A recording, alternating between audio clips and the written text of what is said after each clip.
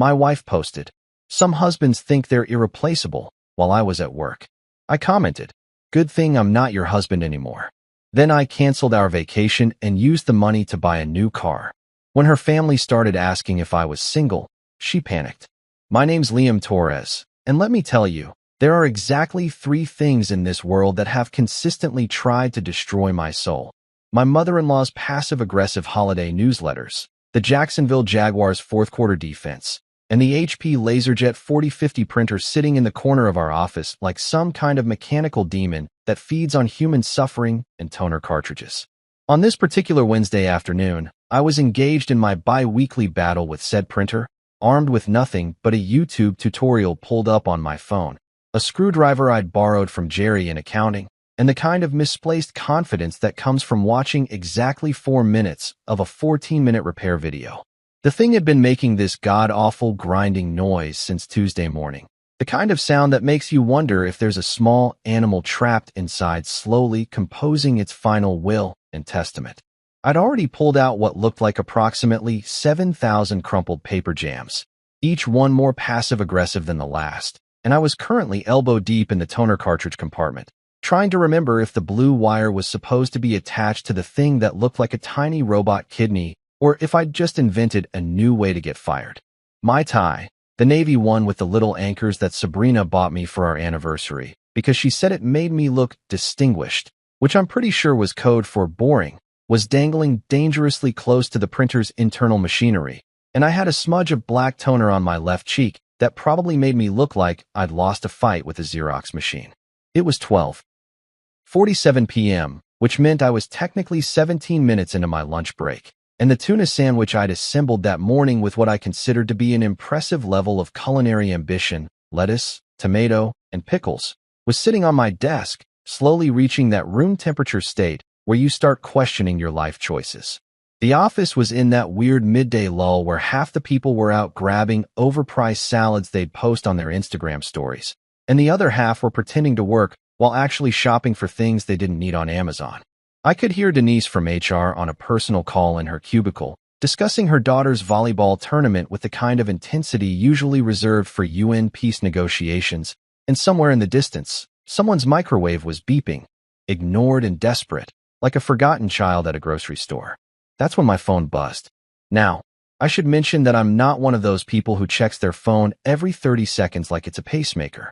I'm actually pretty good about keeping it in my pocket during work hours, mostly because my job as an IT support specialist doesn't exactly scream glamorous social media presence.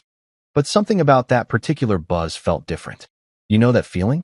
Like when you're walking down the stairs in the dark and you think there's one more step than there actually is, and your stomach does that weird drop thing.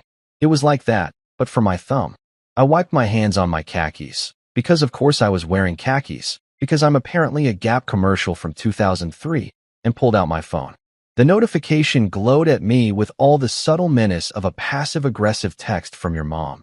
Instagram notification. Sabrina had posted a new photo. Sabrina. My wife. My partner. My better half. Though after what I was about to see, I was starting to think the math on that phrase needed some serious recalculating. I swiped up, and the app opened to reveal a photo that made my stomach drop faster than the Jaguars' playoff chances. There she was, my beloved wife of 6 years, looking absolutely radiant in that way that costs approximately $300 at a salon and requires the kind of natural lighting that only exists in resorts where the room service menu doesn't have prices, because if you have to ask, you can't afford it. Her nails, freshly manicured in what I could only describe as divorce red, were wrapped around a champagne flute, and the caption underneath read, "Some husbands think their irreplaceable nail polish sparkles #self-love #glow-up." I almost choked on my own spit. Like, literally almost died right there in the office, which would have been a hell of a way to go. IT specialist found dead near malfunctioning printer. Tuna sandwich ruled as possible accomplice. I grabbed my sandwich, took a bite out of sheer nervous energy, and immediately regretted it, because room temperature tuna has a way of tasting like broken dreams and poor life choices. Some husbands think they're irreplaceable. I read it again, just to make sure my eyes weren't playing tricks on me. You know, just to confirm that my wife had indeed decided to air our dirty laundry on a platform where her 2,847 followers. And yes, I knew the exact number because she checked it more often than I checked my bank account. Could watch our marriage implode in real time with all the entertainment value of a reality TV show, except without the commercial breaks or the possibility of being canceled. The comments were already rolling in, and they were coming fast and vicious, like piranhas who'd been starved for 3 days and just spotted a wounded tourist.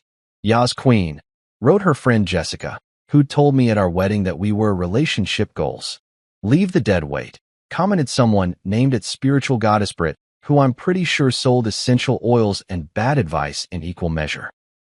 You deserve so much better, girl, wrote her cousin Monica, conveniently forgetting that she'd borrowed $200 from me last Christmas and still hadn't paid me back. I scrolled through the comments like I was watching my own obituary go viral, each clapping hands emoji feeling like a tiny nail in the coffin of my matrimonial dignity. And there, in the background of her photo, because of course she'd included scenic background context for her character assassination, was the resort. The same resort that I'd watched her book using our joint credit card 3 weeks ago. The same resort that cost approximately $3,000 for 4 nights. The same resort that I'd suggested we skip this year because, responsible adult things like saving money and not going bankrupt, but she'd insisted we needed it for reconnection purposes. Apparently, reconnection meant post cryptic messages that make your husband look like he's auditioning for the role of human garbage in a one-man show. I set my phone down on my desk, watched it buzz approximately 14 more times with notifications that I definitely didn't want to read, and looked back at the printer, which had chosen this exact moment to start making a new noise, a sort of wheezing, dying sound that felt spiritually appropriate. The printer was giving up. Just like my marriage, apparently. I wiped a smear of mayo off my tie, because of course I had condiment stains at this moment, because the universe has a twisted sense of comedic timing, and muttered under my breath, "Okay, Beyoncé, because what else do you say when your wife decides to go full single ladies, while technically still being married?" I sat there for a solid 30 seconds, staring at the printer, then at my sandwich, then at my phone, which was still buzzing like it had developed a nervous disorder. The fluorescent lights hummed overhead with their usual soul-crushing frequency, and Jerry from accounting walked by, saw my face, and immediately changed direction like he'd just spotted a crime scene. The printer wheezed one more time, and then went completely silent, which felt symbolic in a way I wasn't quite ready to unpack. And that's when it hit me. That crystalline moment of clarity that usually comes right before you either do something incredibly brave or incredibly stupid. My lunch break had just transformed from a mundane Wednesday ritual involving a mediocre sandwich and a broken printer into a full-blown plot twist, the kind where the background character suddenly realizes he's been written into someone else's story, and not in a good way. I looked at the printer, looked at my phone, looked at the half-eaten sandwich that now seemed like a metaphor for my entire life, and thought, well, this is going to be interesting. So there I was, sitting in my cubicle with a broken printer, a half-eaten sandwich that tasted like betrayal, and a phone that was lighting up like Times Square on New Year's Eve. Except instead of celebrating the arrival of a fresh start, I was watching my marriage get dragged through the digital mud by people who'd eaten my barbecue at our housewarming party. The comments on Sabrina's post kept coming, each one more enthusiastically supportive of my apparent inadequacy as a human being, and I'm not gonna lie, something inside me just snapped. Not in a dramatic, throw things across the room kind of way, but in that quiet, calculated manner where you suddenly realize you've been playing defense for way too long and it's time to take a shot. I stared at that post for what felt like an hour, but was probably closer to 45 seconds, watching her friend Ashley, who'd cried at our wedding and told me I was the luckiest man alive. Comment 3 flame emojis and the word finally in all caps, like Sabrina had just announced she'd discovered the cure for mediocre husbands. My thumb hovered over the comment box, and I could feel this weird electricity running through my entire body, the kind of feeling you get right before you do something that you absolutely know you're going to either regret or celebrate, with no middle ground whatsoever. The rational part of my brain, the part that usually stops me from buying things off late-night infomercials or responding to obvious email scams, was screaming, "Don't do it." But that voice was getting drowned out by a much louder voice that was saying, "Oh, we're absolutely doing this." I clicked on the comment box, and my fingers started moving before my brain could fully catch up with the program, typing out 7 words that would apparently become the talk of our entire suburban neighborhood for the next 72 hours minimum. Good thing I'm not your husband anymore. I read it back once, twice, 3 times. It was simple. It was clean. It was the digital equivalent of dropping a microphone and walking off stage. Except the stage was my marriage, and the microphone was my last remaining shred of giving a damn about what Sabrina's Instagram followers thought about our relationship status. My finger hovered over the post button for approximately 2 seconds, during which time I had a rapid-fire internal debate that would have made a Supreme Court justice proud, weighing the pros and cons of essentially announcing my divorce via social media comment before actually getting divorced. And then I thought about that champagne glass in her manicured hand. Thought about the $3,000 she dropped on a resort to find herself, or whatever. Thought about the phrase some husbands think they're irreplaceable, and I hit send. Boom. The comment posted, sitting there at the top of her feed in all its simple, devastating glory, and for exactly 3 seconds, nothing happened. It was like that moment in an action movie right after the hero pulls the pin on a grenade, but before it actually explodes, where everything goes quiet, and you can hear your own heartbeat, and maybe reconsider your life choices. I sat there, staring at my phone, wondering if maybe nobody would see it, if maybe it would just get buried under the avalanche of Yas Queen comments and I could delete it and pretend this moment of temporary insanity never happened. And then all hell broke loose. My phone started buzzing. Not like normal phone buzzing, but like someone had strapped it to a paint mixer and turned that sucker up to maximum velocity. Notifications started flooding in so fast that my screen couldn't keep up, each buzz accompanied by a new comment, a new like, a new message, a new reminder that I had just essentially declared my marriage dead on a public platform where Sabrina's hairdresser, her yoga instructor, and approximately 47 people from her high school could all watch in real time. Within 2 minutes, and I know it was 2 minutes because I watched the clock on my computer screen tick forward while my phone had what can only be described as a full-blown electronic seizure. I had 63 notifications, and that number was climbing faster than my blood pressure. Jessica, the same Jessica who'd written Yas Queen approximately 4 minutes earlier, had now commented, "OMG, wait, what?" followed by 6 shocked face emojis, because apparently one shocked face wasn't sufficient to convey the magnitude of her surprise that I, boring IT specialist Liam Torres, had just pulled a power move. Ashley had written, "Is this real?" And someone I didn't even recognize with the username at Cosmic Warrior Healing had commented, "The plot twist we needed." Like my marriage was a Netflix series, and I'd just revealed I was the villain all along. My phone buzzed again, a text message this time, and I looked down to see Sabrina's sister, Diana, had sent me what can only be described as a digital panic attack. "What did you do?" With approximately 14 question marks, because apparently the standard one wasn't emphatic enough. I set my phone face down on my desk, watching it continue to vibrate like it was trying to escape, and that's when I heard the voice. "Hey, champ, you okay over there?" I looked up to see my boss, Richard, peering over the cubicle wall with the expression of a man who'd just witnessed a car accident and wasn't sure if he should call 911 or just keep driving. Richard was a decent guy, mid-50s, had been married to the same woman for 30 years, and generally approached workplace drama with the enthusiasm of someone approaching a live landmine, which is to say, carefully and from a distance. "I'm great, Richard," I said, and I honestly meant it. I felt great. I felt like I'd just woken up from one of those dreams where you're back in high school, and you forgot you had a test, except in reverse. I'd just remembered I actually studied, aced the test, and the teacher was the one who should be worried. Just having a bit of a lunch break situation.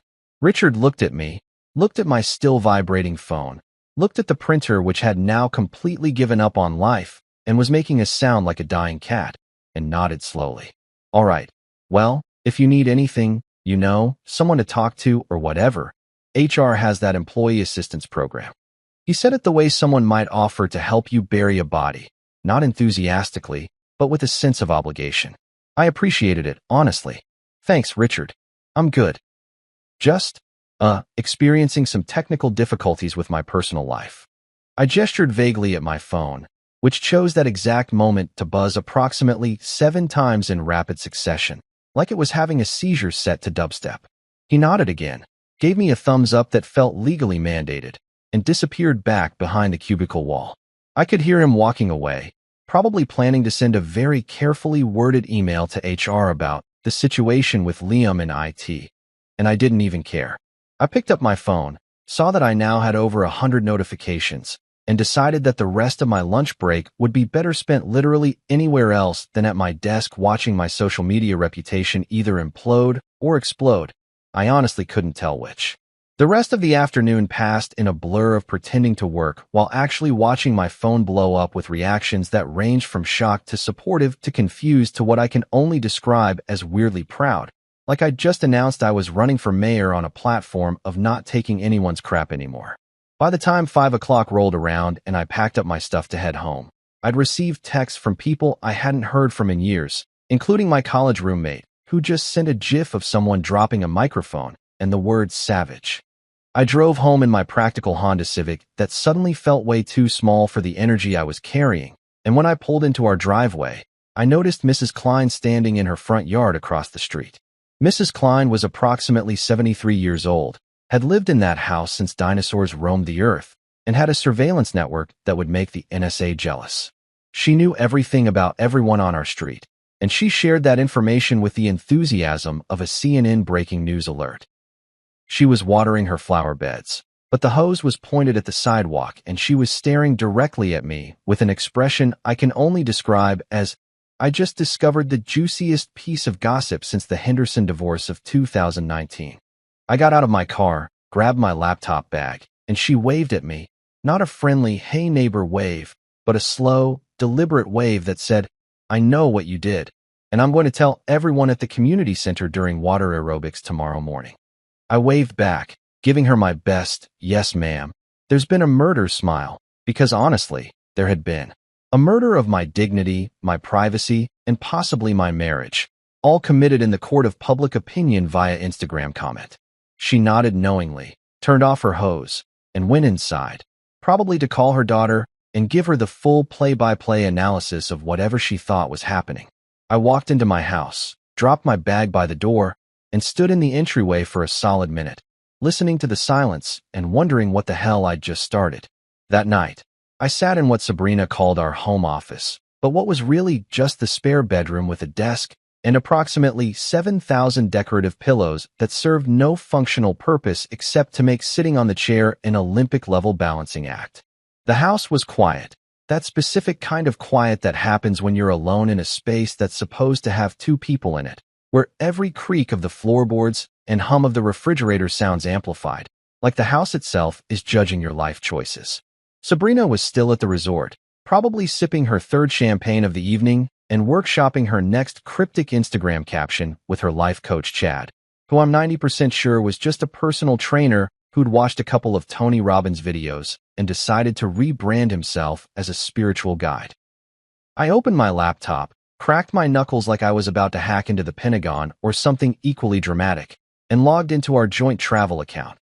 You know, the one we'd opened 3 years ago when we decided we were going to be those couples who prioritized experiences over possessions, who would travel the world and collect memories instead of stuff, who would die with empty bank accounts but full photo albums.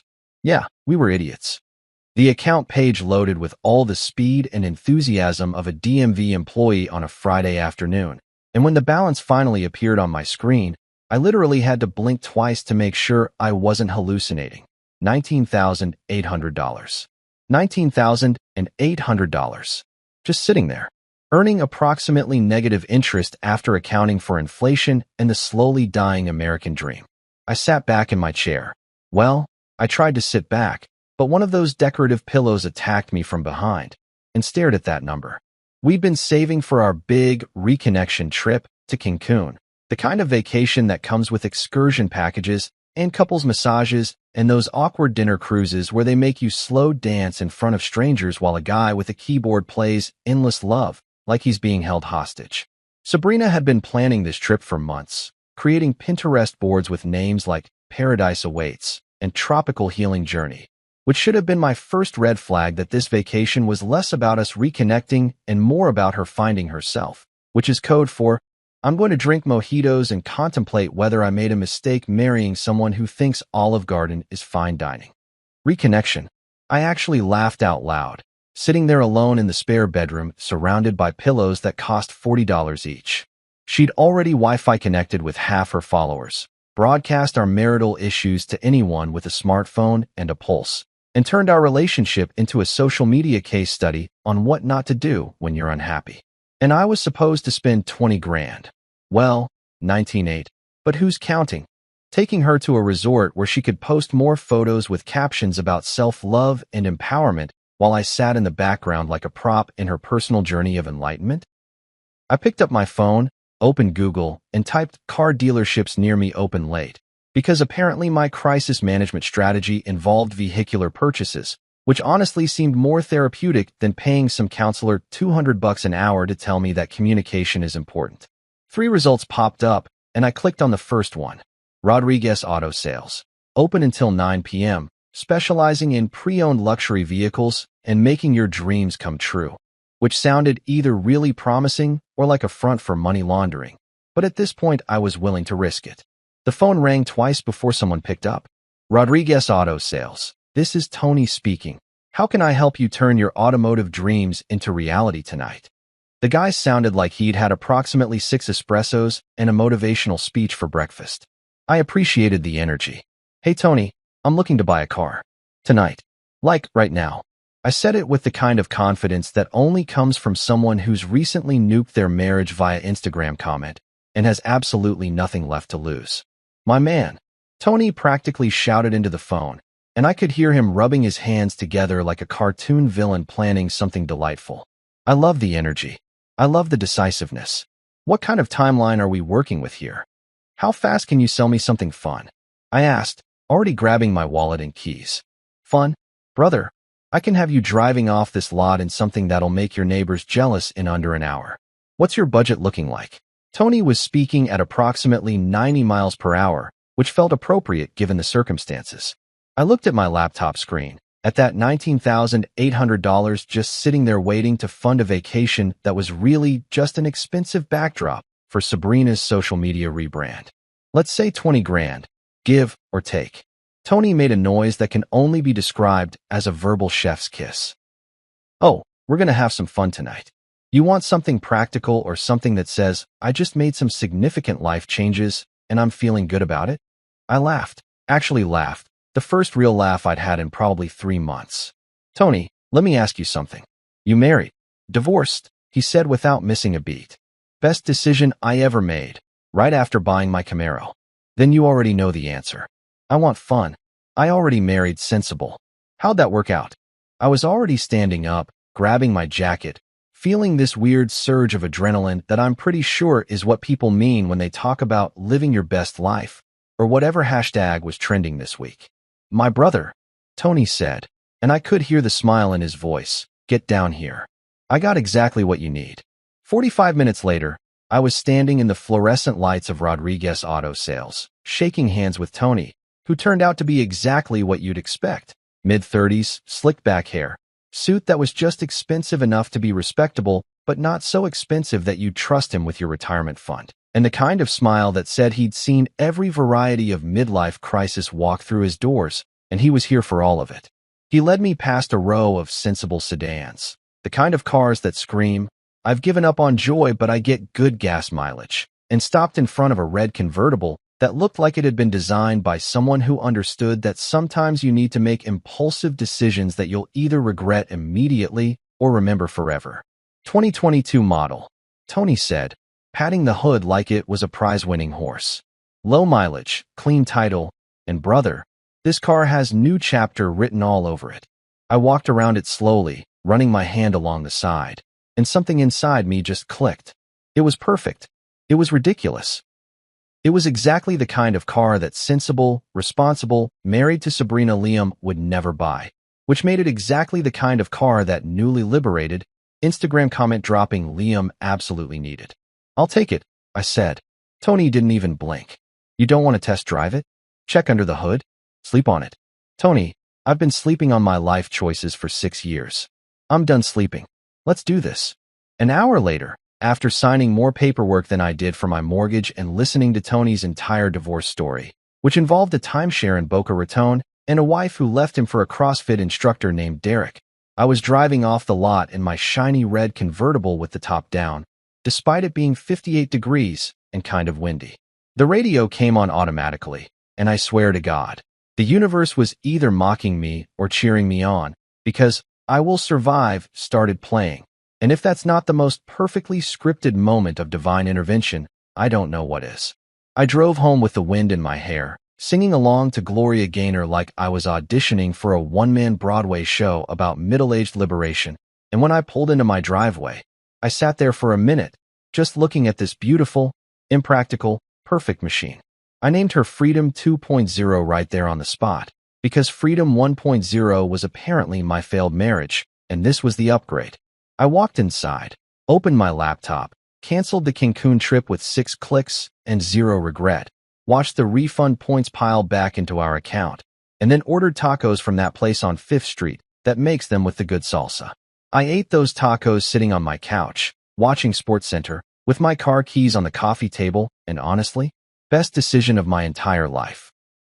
I'd like to say that I spent the next morning preparing some kind of eloquent speech about personal growth and boundaries, and all that therapy talk nonsense that people use when they're trying to justify doing something impulsive, but honestly, I just drank my coffee, ate a Pop-Tart standing over the sink like a divorced dad in a sitcom, and admired my new car through the kitchen window like it was a piece of abstract art that I didn't fully understand, but definitely appreciated. Freedom 2.0 was sitting in the driveway looking absolutely magnificent in the morning sunlight, all shiny red paint and convertible top, completely unbothered by the fact that it represented the single, most financially irresponsible decision I'd made since agreeing to a destination wedding in Napa Valley, where the cheapest bottle of wine cost more than my monthly car payment. I was on my second cup of coffee, the good stuff, not the store brand I usually bought, because Sabrina said we needed to budget better, which apparently meant I drank garbage coffee, while she got monthly gel manicures that cost $80 a pop. When I heard it, the unmistakable sound of her white BMW pulling into the driveway, the engine purring with that specific German engineering hum that probably cost extra. I looked at the clock on the microwave, 9:47 a.m. She was supposed to be at the resort until Sunday, which meant either the resort had burned down, she'd run out of champagne, or someone had told her about my little automotive acquisition. I'm guessing it was option 3, because I'd posted exactly one photo on my Instagram last night. Just a casual shot of the car with the caption, "Upgrade complete automobile sparkles," and approximately 17 of her friends had already viewed it, which I knew because Instagram has that helpful little feature that tells you exactly who's stalking your profile. I heard the car door slam, not close, slam, with the kind of force that suggests the person operating the door is experiencing emotions that probably shouldn't be expressed while operating heavy machinery. Then came the heels. Oh man, the heels. Sabrina was wearing her clicking heels, the ones she reserved for job interviews, important meetings, and apparently confronting your husband about purchasing a vehicle without consulting the Joint Financial Advisory Board, which in this case was her. They clicked against the driveway pavement with the rhythm and intensity of the IRS coming to audit your last 5 years of tax returns, each click a little reminder that I was about to have a conversation I definitely wasn't prepared for, despite having had approximately 12 hours to prepare for it. I took a long sip of my coffee, set the mug down on the counter with the casual confidence of a man who'd already accepted whatever was about to happen, and walked to the front door.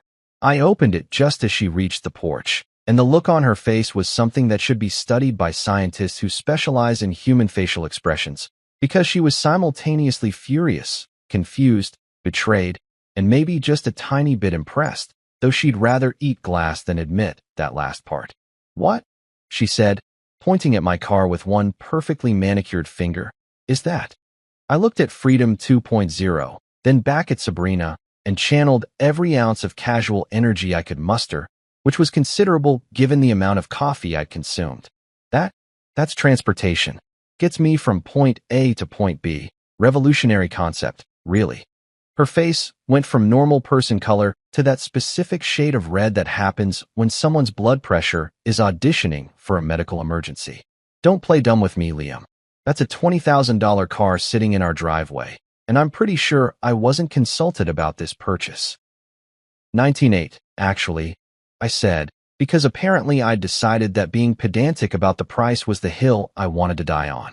And funny you should mention consulting, because I don't remember being consulted about that Instagram post calling me replaceable. But here we are, living in interesting times. She opened her mouth, closed it, opened it again like a fish trying to remember how breathing works, and then landed on. This is about the post? Are you serious right now? You bought a car because of a social media post.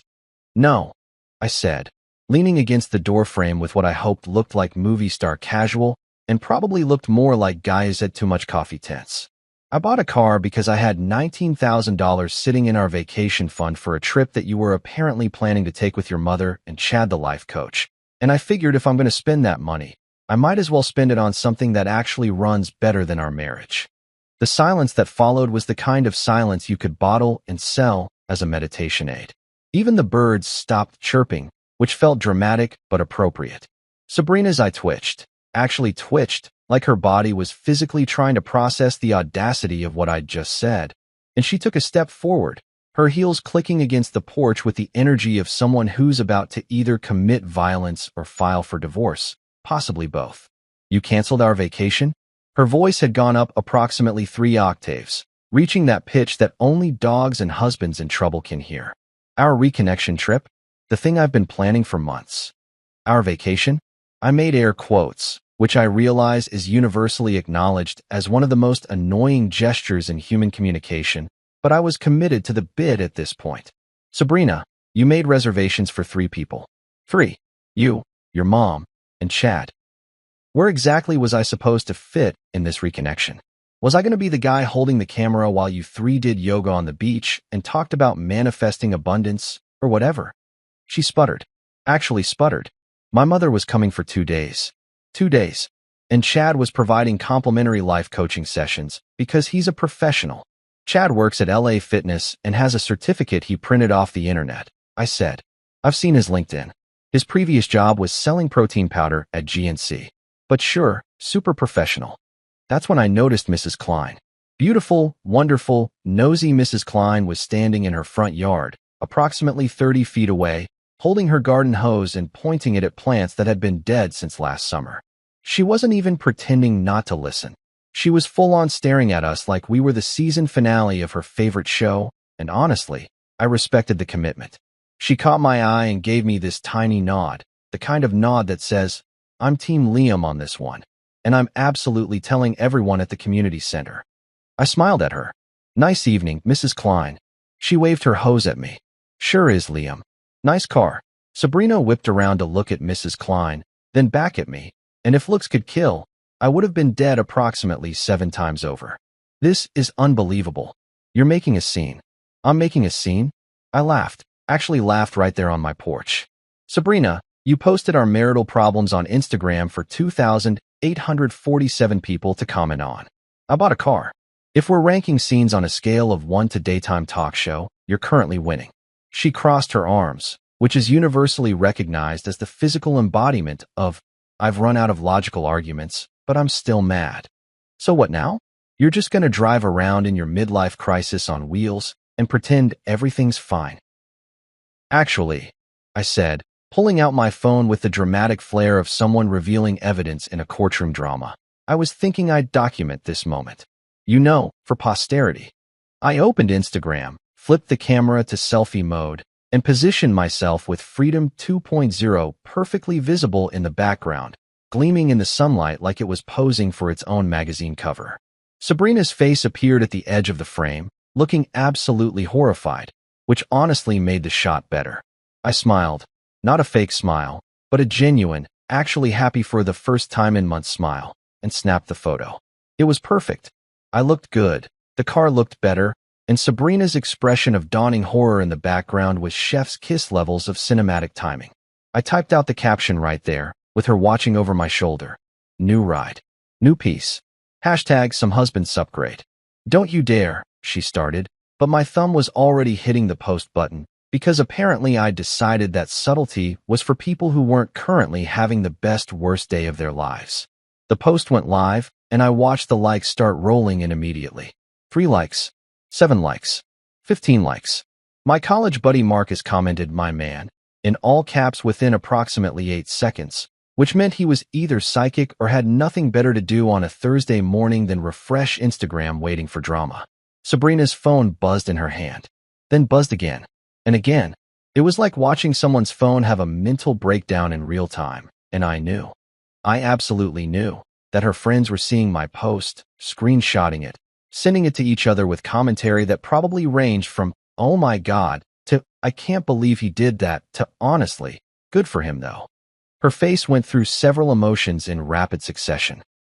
Shock, anger, disbelief, and then this weird moment of what I can only describe as her soul buffering, like a computer trying to load a program it doesn't have enough memory to run. She looked at her phone, looked at me, looked at the car, looked back at her phone, and I swear I could hear the Windows error sound playing in her head. "You're unbelievable," she finally said, but there was less anger in it now and more just exhaustion. "Yeah," I agreed, pocketing my phone and taking another sip of my now-cold coffee. "But at least I'm consistently unbelievable. That's called character development." She stood there for another moment, probably trying to figure out if she should say something devastating or just leave, and ultimately decided on the latter. She turned, clicked her way back to her BMW with slightly less fury than before, and drove off with the kind of tire screech that definitely left marks on the pavement. Mrs. Klein was still watching. She gave me a thumbs up.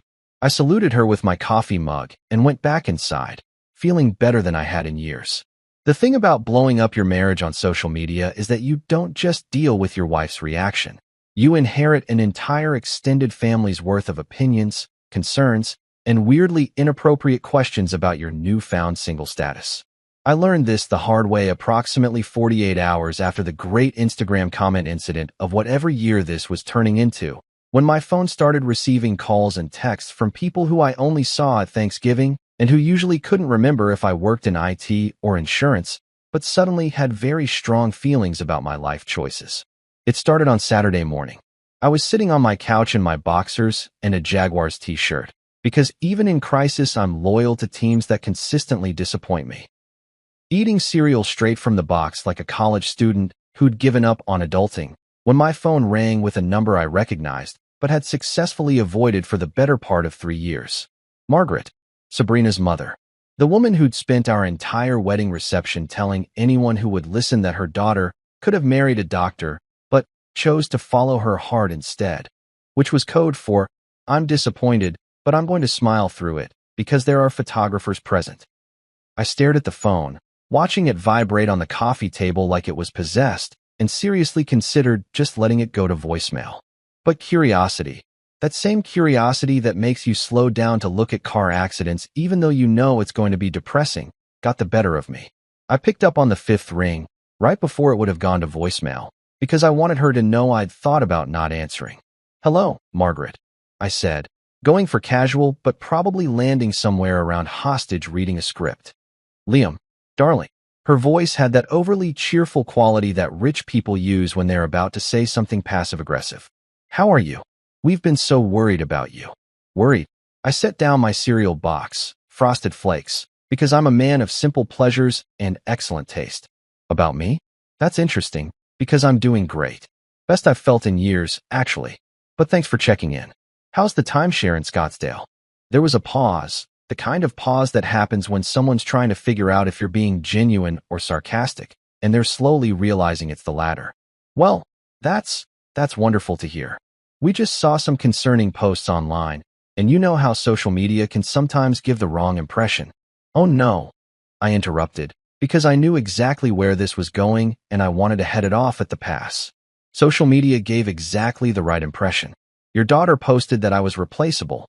I agreed and bought a car with our vacation money. Pretty straightforward timeline of events. No wrong impressions, no misunderstandings. Just good old-fashioned consequences." "Liam," her voice dropped to that tone that mothers use when they're trying to sound understanding but are actually just disappointed. "You know, Sabrina was just going through a difficult time. She was expressing herself, finding her voice." Her voice told 2,847 people that I was dead weight, Margaret. And you know what? I heard her loud and clear. Message received, 5 stars, would recommend.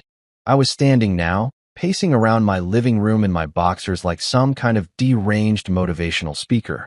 So if this call is about me apologizing or taking it back or having some come-to-Jesus moment where I realize I overreacted, I'm going to save us both some time and say that's not happening. Another pause. Longer this time. I could practically hear her recalculating her approach, shifting strategies like a chess player who just realized their opponent wasn't playing checkers. Well, we just want you to know that we care about you, regardless of what happens with you and Sabrina. You're still family. That's sweet, Margaret. Really? Hey, quick question. Did you call me after Sabrina's post to make sure I was okay? Or did the family only start caring about my emotional well-being after I responded? I didn't wait for an answer because we both knew what it was. Anyway, I've got to run. Thanks for the concern. Give my regards to Gerald. I hung up before she could respond, feeling like I'd just won a debate tournament against someone who didn't realize we were debating. My phone immediately buzzed with a text message, and for a second I thought Margaret had somehow learned to text that fast, which would have been both impressive and terrifying.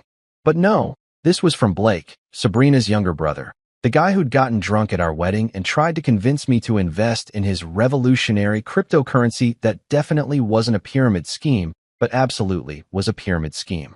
The text read, "Hey man, you single now?" Asking for my coworker.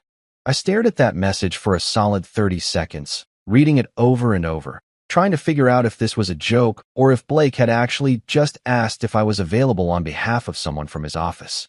I texted back, "Are you seriously asking if I'm single so you can set me up with someone while I'm still technically married to your sister?" 3 dots appeared immediately, which meant Blake was typing, and I could only imagine what kind of explanation was coming. The response, "I mean when the divorce goes through, obviously. She's really cool though. Works in marketing. Has a dog. Says you're cute." Man shrugging. This was insane. This was absolutely, certifiably insane. Sabrina's own brother was trying to set me up with his coworker, which meant one of 2 things.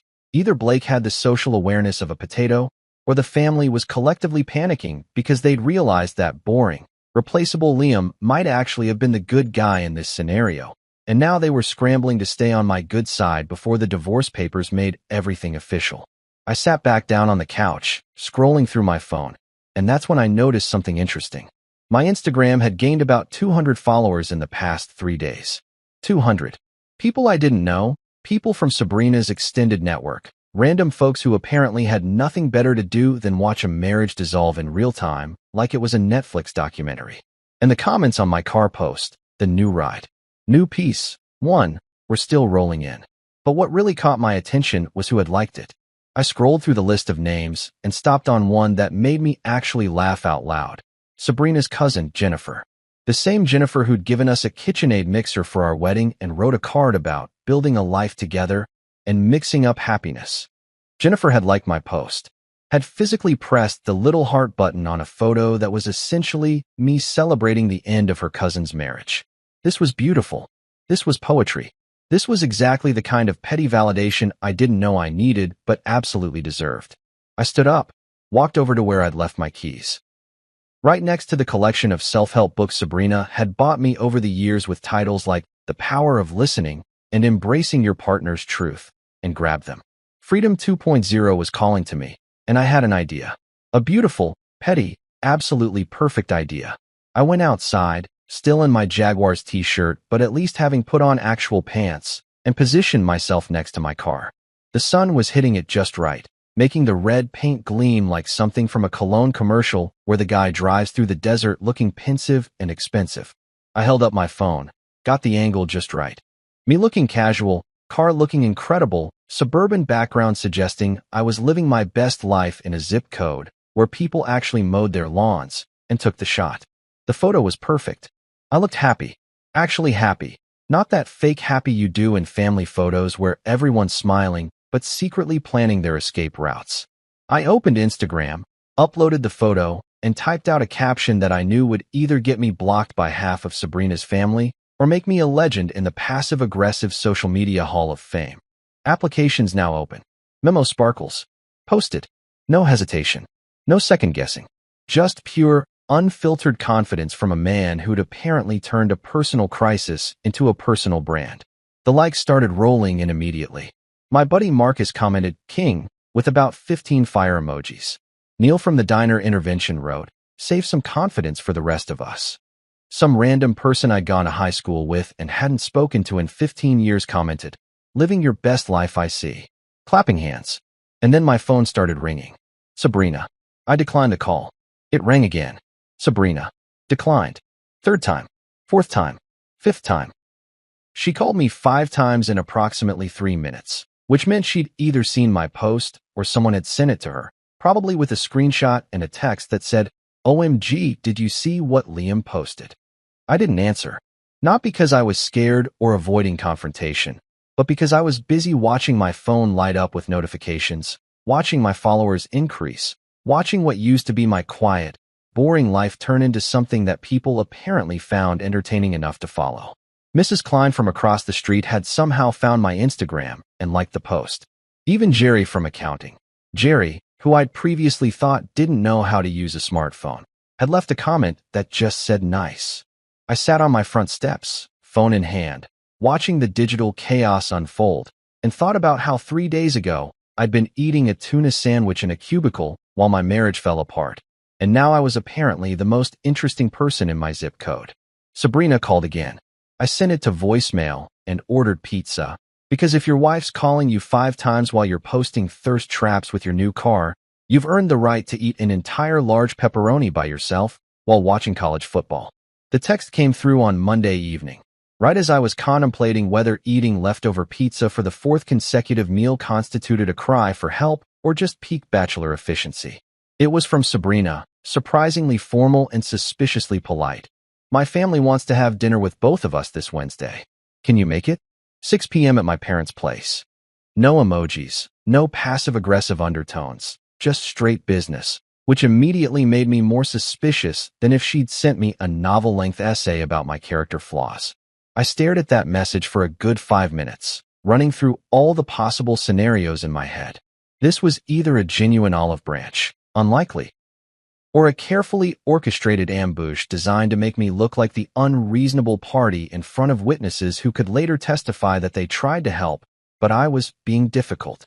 In my experience, when your wife's family invites you to a peace dinner, what they really mean is public image management session where we all pretend to care about reconciliation while actually just trying to figure out who gets to keep the wedding gifts.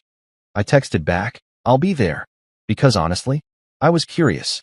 Morbidly curious, like watching a true crime documentary where you already know how it ends, but you want to see how everyone justifies their questionable decisions along the way. Plus, Margaret was an excellent cook, and if I was going to be emotionally manipulated, I might as well get a decent meal out of it. Wednesday arrived with all the enthusiasm of a root canal appointment, and I spent an unreasonable amount of time deciding what to wear. This was psychological warfare disguised as family dinner, which meant my outfit needed to send a message. I settled on dark jeans, the good ones that actually fit properly, not the dad jeans Sabrina had been trying to get me to throw away for 2 years, a leather jacket I'd bought approximately 4 days ago, in what can only be described as a continuation of my automotive-induced confidence surge, and boots that made a satisfying sound when I walked. I looked in the mirror and barely recognized myself, which was either concerning or exactly the point, depending on your perspective. I showed up at Margaret and Gerald's house at 6:03 p.m., 3 minutes late, because showing up exactly on time suggested you were eager, and I was many things at this moment, but eager was not one of them. The house was one of those sprawling suburban monuments to upper-middle-class achievement, complete with a 3-car garage, professionally landscaped yard, and the kind of front door that probably cost more than my first car. I rang the doorbell, which played an elaborate chime that sounded like a church announcing the apocalypse, and waited. Gerald opened the door, Sabrina's dad, a man who'd made his fortune in commercial real estate, and had the firm handshake of someone who'd closed 1,000 deals and crushed 1,000 souls in the process. He was wearing slacks and a polo shirt, which was his version of casual, and he looked at my leather jacket with the expression of someone who'd just discovered their daughter had married a guy who might own a motorcycle or at least have opinions about motorcycles. "Liam," he said, extending his hand for the obligatory handshake that would determine my worth as a human being based on grip strength. Good to see you, Gerald, I replied, matching his handshake with exactly the right amount of pressure. Not too weak, not trying too hard, just confident enough to remind him that I'd fixed his computer 3 Christmases ago and he'd called me a lifesaver. Thanks for having me. He led me through the house, past the living room with furniture that looked expensive and uncomfortable in equal measure, past the gallery wall of family photos where I appeared in exactly 4 frames and always looked like I'd been photoshopped in at the last minute, and into the dining room, where I immediately understood that this was not a casual family dinner. This was a production. The table was set like we were hosting a summit for minor European diplomats. The good china, the stuff that usually only came out for Thanksgiving and the occasional visit from Margaret's sister who lived in Connecticut and judged everyone, was arranged with military precision. There were cloth napkins, multiple forks per person, and a centerpiece that probably cost more than my monthly car payment. And seated around this table, like a jury waiting to deliver a verdict, were Sabrina's parents, her sister Diana, her cousin Jennifer. The same Jennifer who'd liked my Instagram post, which now felt awkward, and 2 other cousins whose names I could never remember, but who always showed up to family events and made uncomfortable small talk about property values. And there, at the head of the table opposite Gerald, sat Sabrina. She was wearing a dress, not her usual casual dinner outfit, but an actual dress, the kind she wore to job interviews and important events, and her hair was done in that way that suggested she'd spent time on it, which meant this was definitely about image management. She looked up when I walked in, and I caught something in her expression that was either vulnerability or really good acting. With Sabrina, it was increasingly hard to tell the difference. Liam, Margaret appeared from the kitchen carrying what looked like a roast that probably cost as much as a decent used car. She was wearing her smile, the too wide one that didn't quite reach her eyes, the one that suggested she was determined to make this work through sheer force of will and expensive catering. We're so glad you could make it. Please, sit down. Can I get you something to drink? Wine? Water? Something stronger. Water's great. Thanks, I said, taking the empty seat next to Jennifer, who gave me a tiny smile that suggested she was Team Liam but couldn't say so out loud without causing a family incident. I nodded at her, then at Diana, who was looking at me like I was a bomb that might explode if someone said the wrong thing. Everyone sat down in that awkward silence that happens when a group of people are all thinking the same thing, but nobody wants to be the first to say it. Gerald cleared his throat, that authoritative throat clear that men of a certain age and tax bracket use to announce they're about to say something they consider profound, and raised his wine glass. Well, he began, I think we're all glad to be here together, despite the recent circumstances. Family is important, and we wanted to make sure everyone had a chance to talk, to reconnect, to address the elephant in the room, I suggested, because apparently I'd decided that subtlety was for people who weren't wearing leather jackets to family dinners. The table went silent. Like, so silent I could hear the air conditioning kick on in the other room. Diana's eyes went wide. One of the cousins whose name I didn't know made a small choking sound. Margaret's smile somehow got wider, which shouldn't have been physically possible, but there we were. Sabrina spoke first. Liam's been going through something, she said, and her voice had that careful, therapeutic quality that suggested someone had coached her on how to sound understanding without actually admitting any wrongdoing. We think he might be having a difficult time processing some changes. Oh, I'm processing just fine, I said, reaching for the water glass Margaret had set down in front of me. In fact, I'd say my processing speed has significantly improved lately.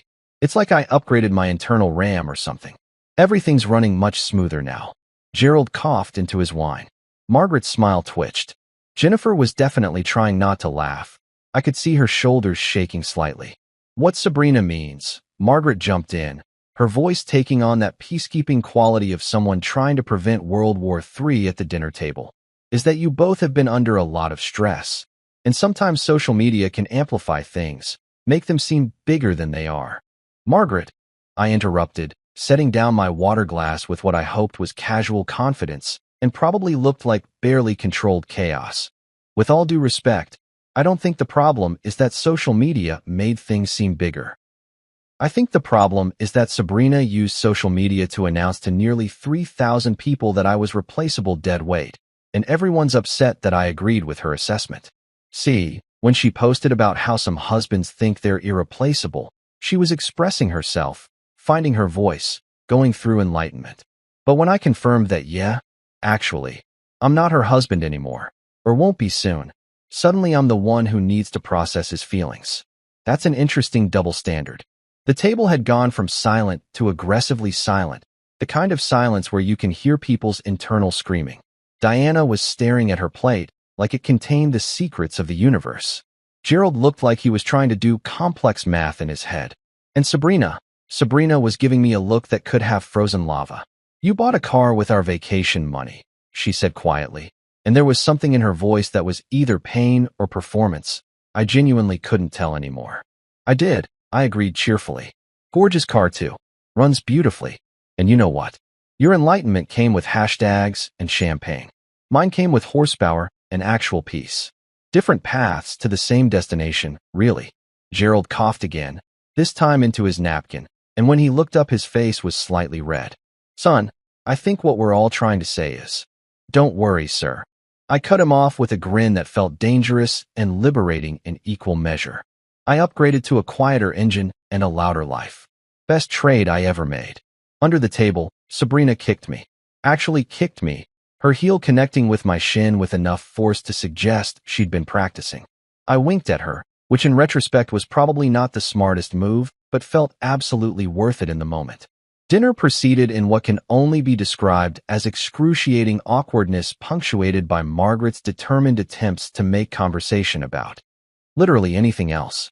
We discussed Gerald's golf game, the weather, property taxes, and Diana's new job with the kind of forced enthusiasm usually reserved for hostage videos. The food was delicious. Margaret could cook. I had to give her that. And by dessert, the table had settled into a beautifully uncomfortable silence where everyone had apparently given up on fixing anything and just wanted to survive until coffee. I left at 8:30, thanking Margaret for dinner with genuine appreciation because the food really was excellent, and walked out to my car feeling like I'd just won a debate I hadn't prepared for, but somehow nailed anyway. The thing about publicly dismantling your marriage on social media is that it apparently makes you interesting in a way that 6 years of being a stable, employed, reasonably hygienic husband never did. I discovered this exactly 1 week after the family dinner from hell, when I walked into my office break room to grab my sad desk lunch from the communal fridge and overheard Denise from HR telling someone on the phone that Liam from IT is going through a whole thing, and honestly, it's kind of inspiring. Inspiring. Me. The guy who'd spent the last 6 years being so unremarkable that people regularly forgot my name at company events and just called me the printer guy.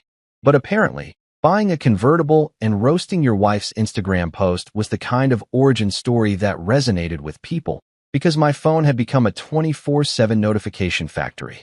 I'm talking constant buzzing, the kind of digital attention that made me wonder if this was what celebrities felt like, except instead of paparazzi, I had Karen from my old apartment complex sliding into my DMs asking if I was doing okay, followed by 3 eggplant emojis, which felt inappropriate on multiple levels, but also kind of flattering in that concerning way where you wonder about your own judgment.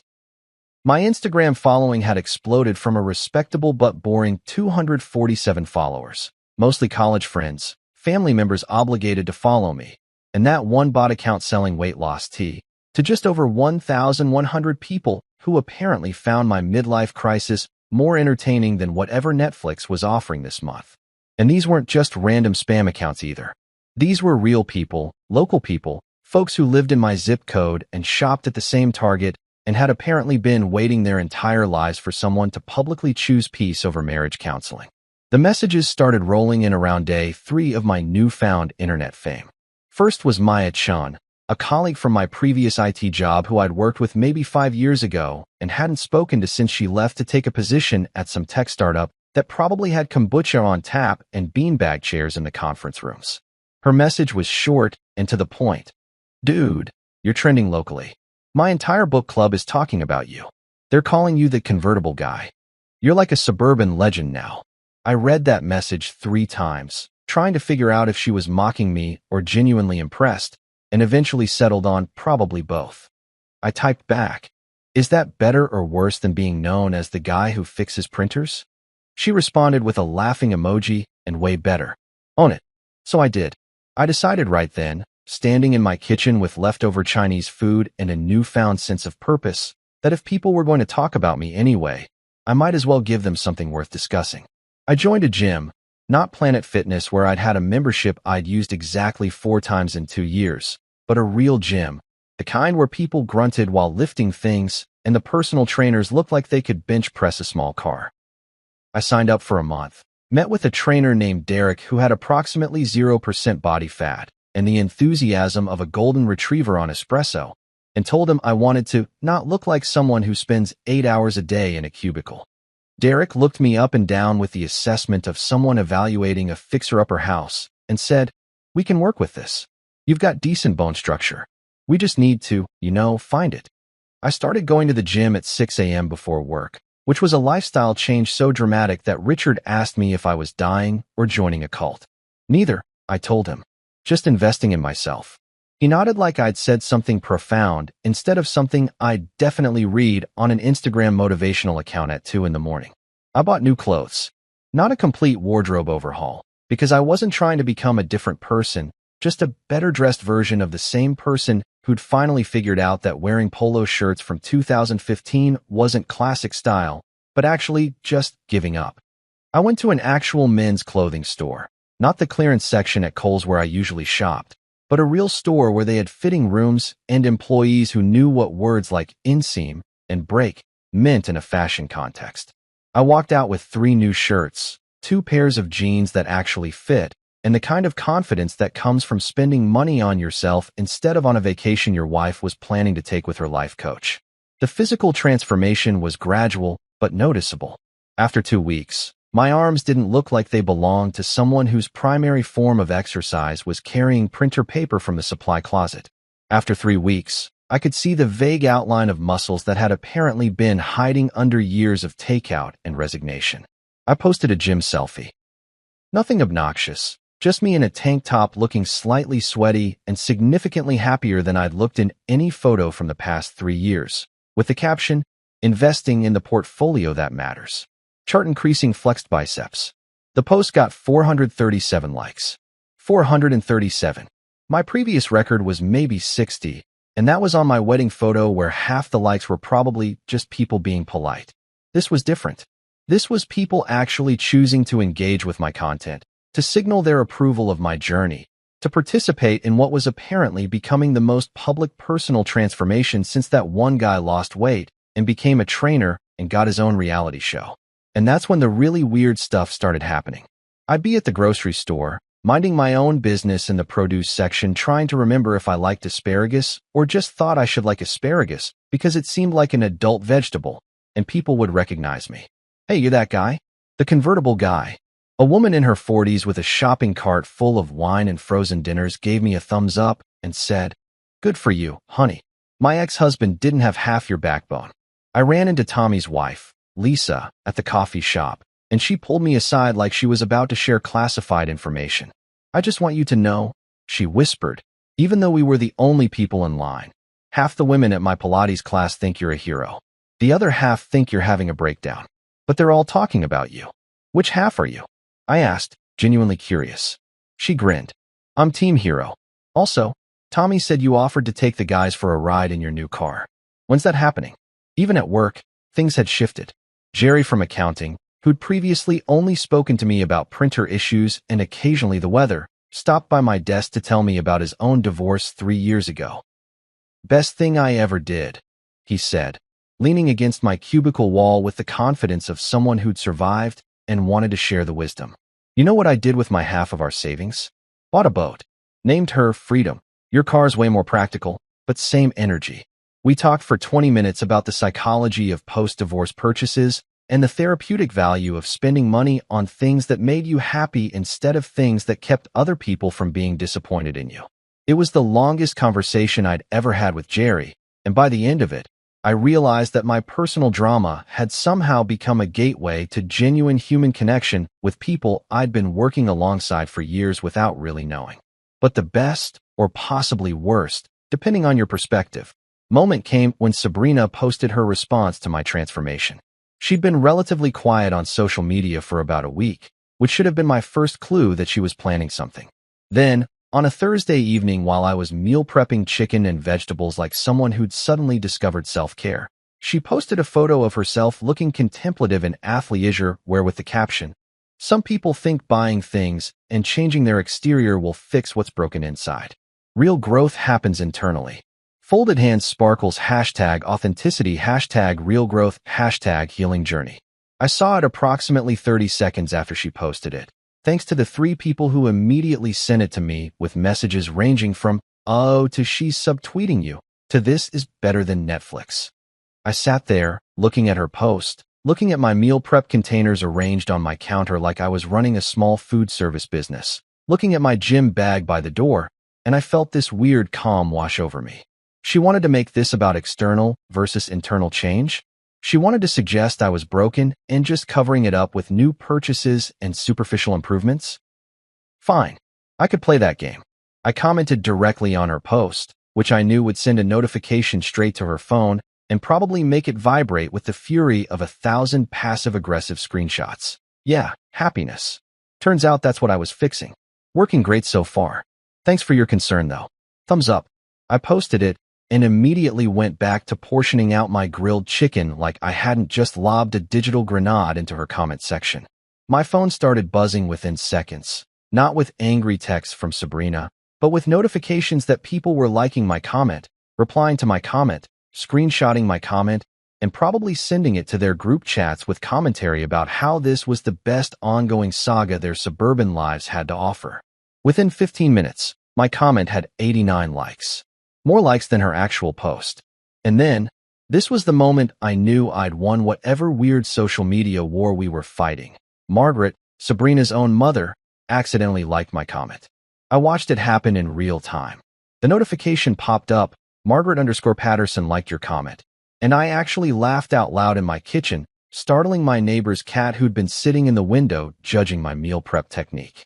The like disappeared approximately 40 seconds later, which meant Margaret had realized her mistake and scrambled to unlike it, but the damage was done. I'd seen it. More importantly, Sabrina had definitely seen it, because she called me 17 seconds after the unlike, which meant she'd been watching her post like a hawk waiting to see how I'd respond. I didn't answer. I just smiled, finished my meal prep, and posted a photo of my containers with the caption, "Sunday prep for a week of good decisions."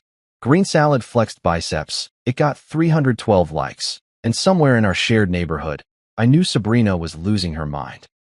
The thing about publicly dismantling your marriage on social media is that it apparently makes you interesting in a way that 6 years of being a stable, employed, reasonably hygienic husband never did.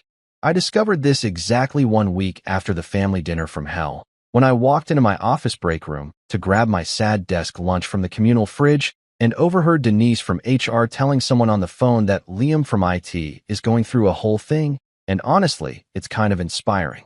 Inspiring. Me. The guy who'd spent the last 6 years being so unremarkable that people regularly forgot my name at company events and just called me the printer guy. But apparently, buying a convertible and roasting your wife's Instagram post was the kind of origin story that resonated with people, because my phone had become a 24/7 notification factory. I'm talking constant buzzing, the kind of digital attention that made me wonder if this was what celebrities felt like, except instead of paparazzi, I had Karen from my old apartment complex sliding into my DMs asking if I was doing okay, followed by 3 eggplant emojis, which felt inappropriate on multiple levels, but also kind of flattering in that concerning way where you wonder about your own judgment. My Instagram following had exploded from a respectable but boring 247 followers. Mostly college friends, family members obligated to follow me, and that one bot account selling weight loss tea, to just over 1,100 people who apparently found my midlife crisis more entertaining than whatever Netflix was offering this month. And these weren't just random spam accounts either. These were real people, local people, folks who lived in my zip code and shopped at the same Target and had apparently been waiting their entire lives for someone to publicly choose peace over marriage counseling. The messages started rolling in around day 3 of my newfound internet fame. First was Maya Chan, A colleague from my previous IT job who I'd worked with maybe 5 years ago and hadn't spoken to since she left to take a position at some tech startup that probably had kombucha on tap and beanbag chairs in the conference rooms. Her message was short and to the point. Dude, you're trending locally. My entire book club is talking about you. They're calling you the convertible guy. You're like a suburban legend now. I read that message 3 times, trying to figure out if she was mocking me or genuinely impressed, and eventually settled on probably both. I typed back, "Is that better or worse than being known as the guy who fixes printers?" She responded with a laughing emoji and way better. Own it. So I did. I decided right then, standing in my kitchen with leftover Chinese food and a newfound sense of purpose, that if people were going to talk about me anyway, I might as well give them something worth discussing. I joined a gym, not Planet Fitness where I'd had a membership I'd used exactly 4 times in 2 years, but a real gym, the kind where people grunted while lifting things and the personal trainers looked like they could bench press a small car. I signed up for a month, met with a trainer named Derek who had approximately 0% body fat and the enthusiasm of a golden retriever on espresso, and told him I wanted to not look like someone who spends 8 hours a day in a cubicle.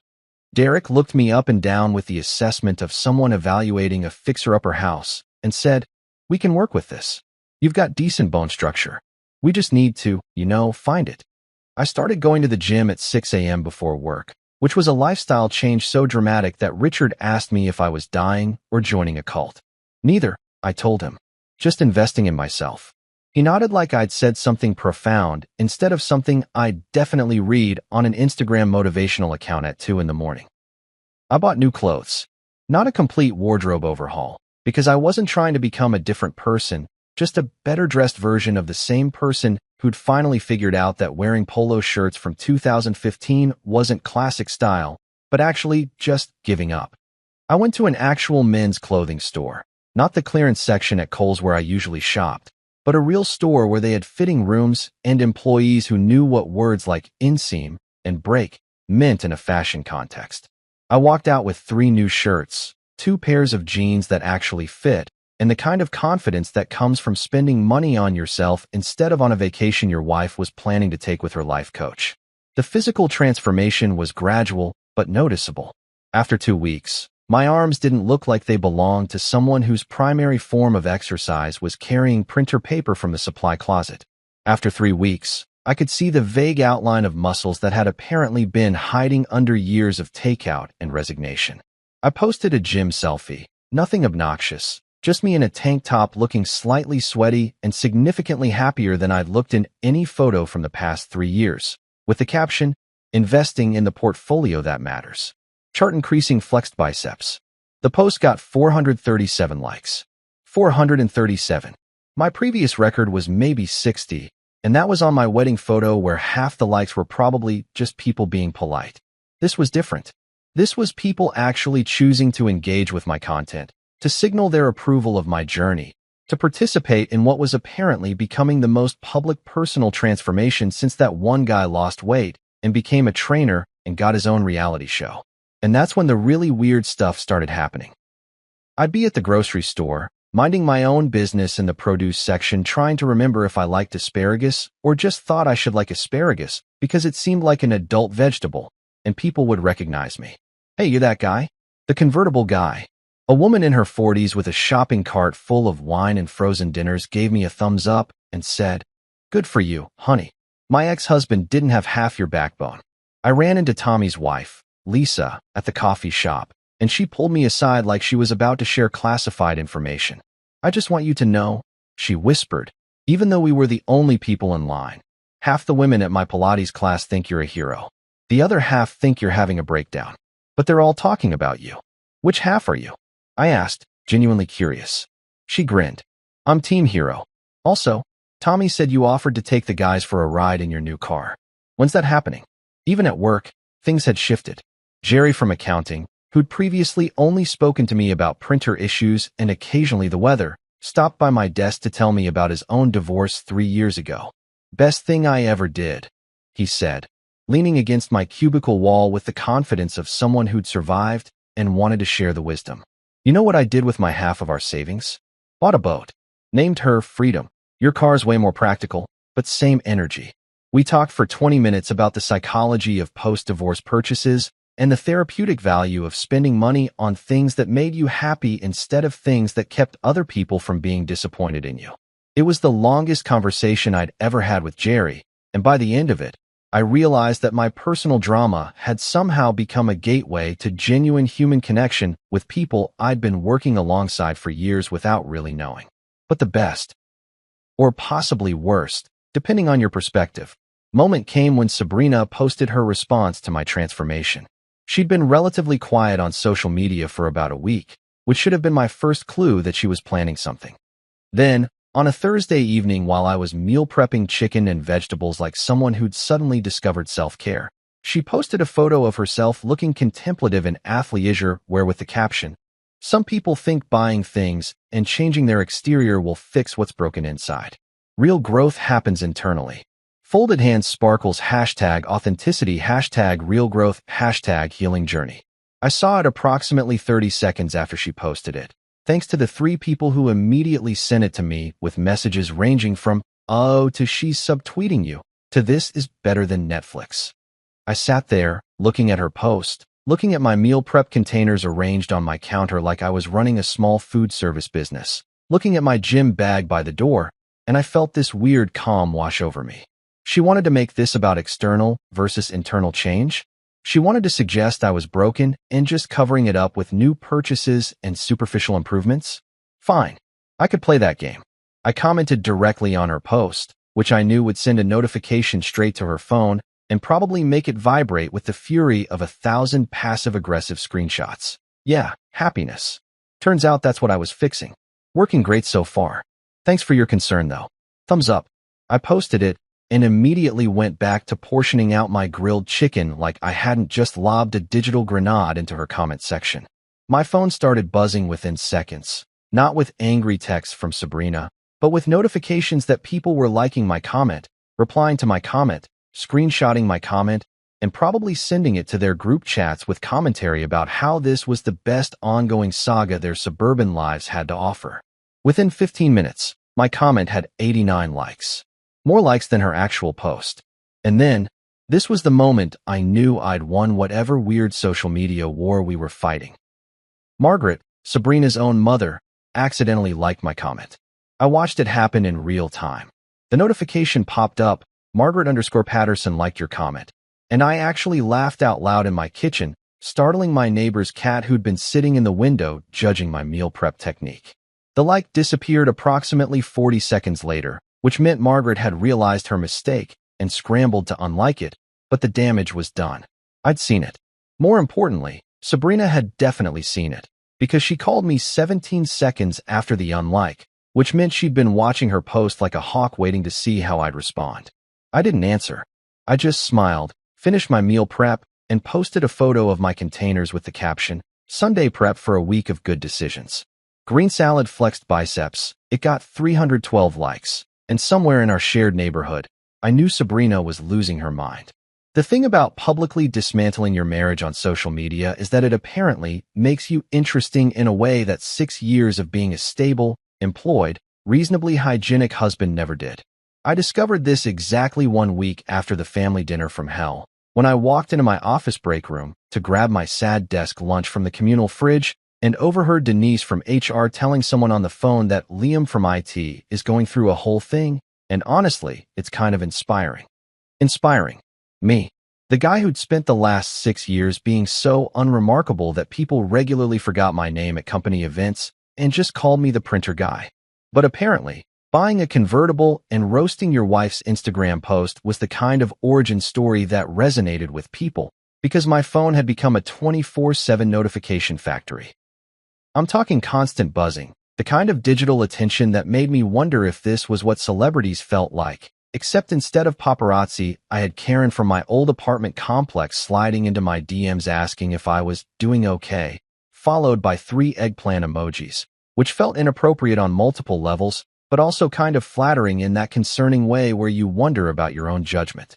My Instagram following had exploded from a respectable but boring 247 followers. Mostly college friends, family members obligated to follow me, and that one bot account selling weight loss tea, to just over 1,100 people who apparently found my midlife crisis more entertaining than whatever Netflix was offering this month.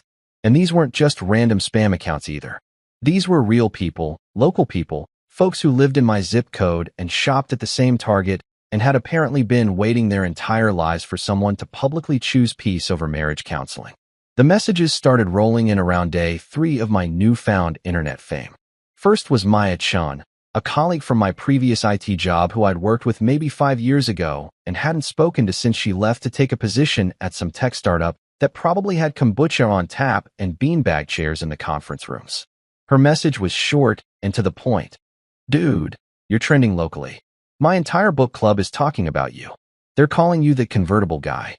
You're like a suburban legend now. I read that message 3 times, trying to figure out if she was mocking me or genuinely impressed, and eventually settled on probably both. I typed back, "Is that better or worse than being known as the guy who fixes printers?" She responded with a laughing emoji and way better. Own it. So I did. I decided right then, standing in my kitchen with leftover Chinese food and a newfound sense of purpose, that if people were going to talk about me anyway, I might as well give them something worth discussing. I joined a gym, not Planet Fitness where I'd had a membership I'd used exactly 4 times in 2 years, but a real gym, the kind where people grunted while lifting things and the personal trainers looked like they could bench press a small car. I signed up for a month, met with a trainer named Derek who had approximately 0% body fat and the enthusiasm of a golden retriever on espresso, and told him I wanted to not look like someone who spends 8 hours a day in a cubicle. Derek looked me up and down with the assessment of someone evaluating a fixer-upper house and said, "We can work with this. You've got decent bone structure. We just need to, find it." I started going to the gym at 6 a.m. before work, which was a lifestyle change so dramatic that Richard asked me if I was dying or joining a cult. Neither, I told him.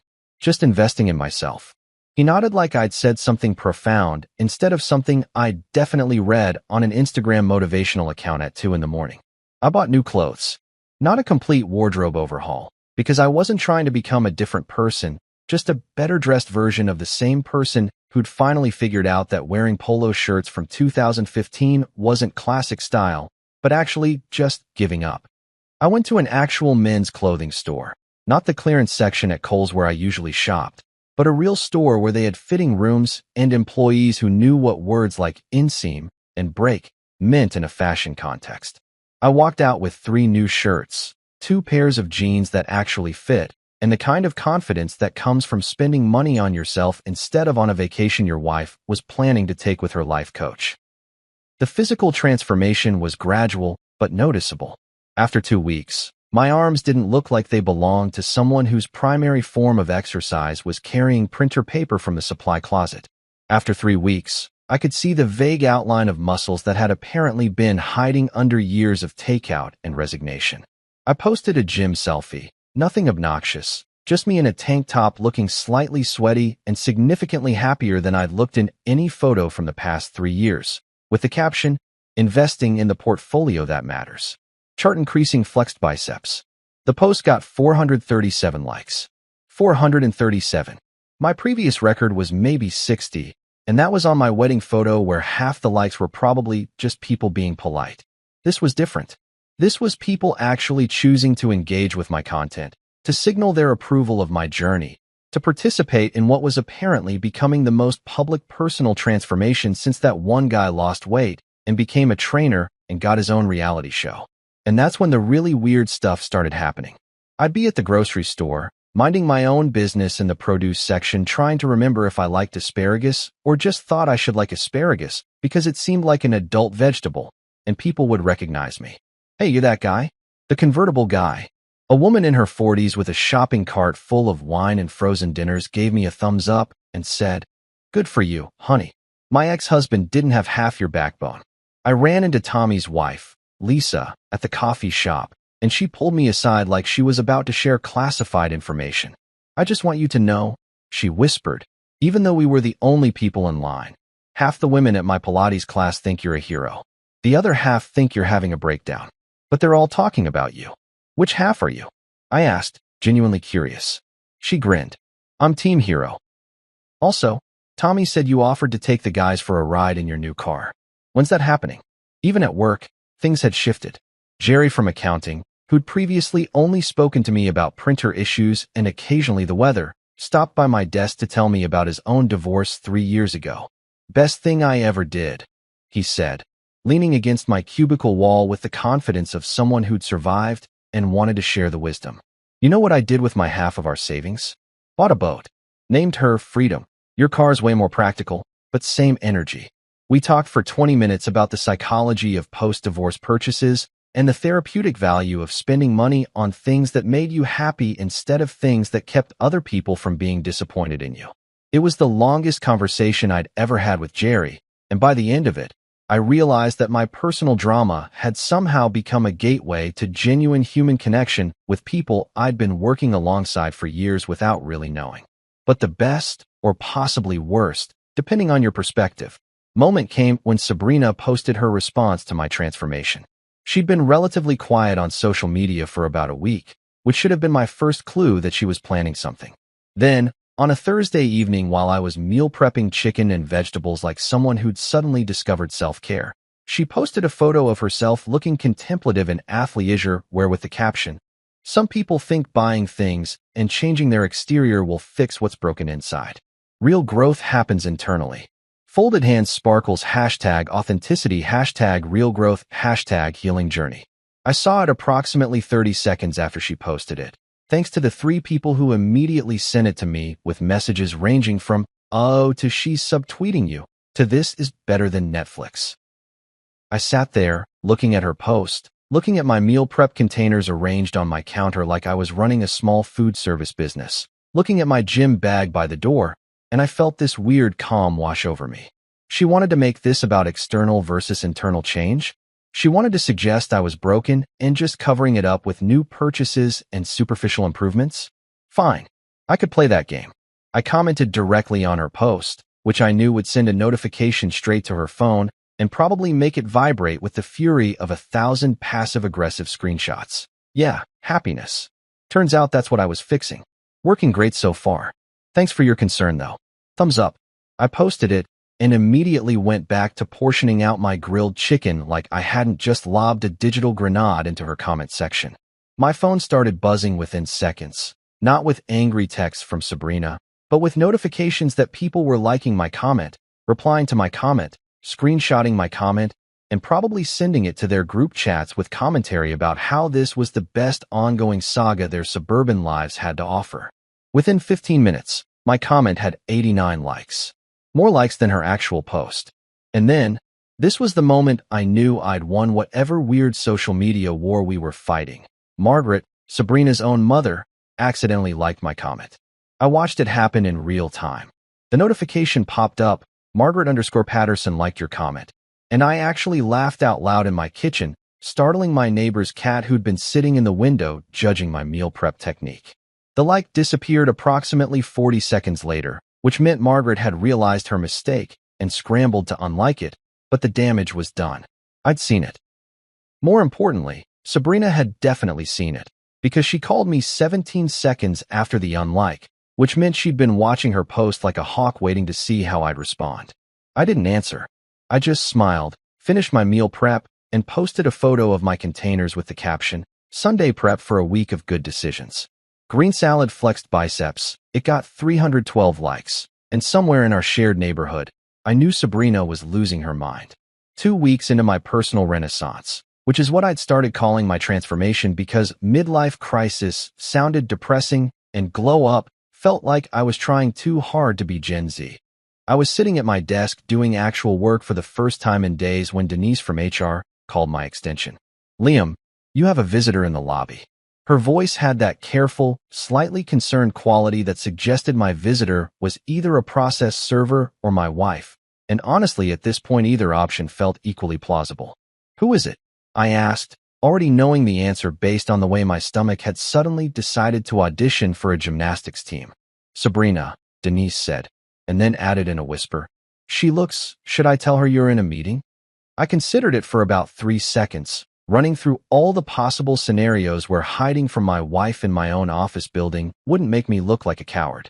I came up empty. "No, it's fine. Tell her I'll be right down. I saved my work. Actually saved it, because the last thing I needed was to lose the spreadsheet I'd been building while this conversation went sideways, and headed to the lobby, taking the stairs instead of the elevator because I needed the extra 30 seconds to mentally prepare for whatever this was going to be. When I pushed through the stairwell door, I saw her immediately. She was standing by the reception desk in jeans and a sweater, looking deliberately casual in that way that actually takes significant effort, her hair pulled back in a ponytail that probably took 20 minutes to achieve the effortless look. And here's the thing that got me. She looked fragile, vulnerable, like she'd spent the morning practicing looking sad in the mirror, perfecting the exact expression that would make me feel guilty for buying a car and having the audacity to be happy about it.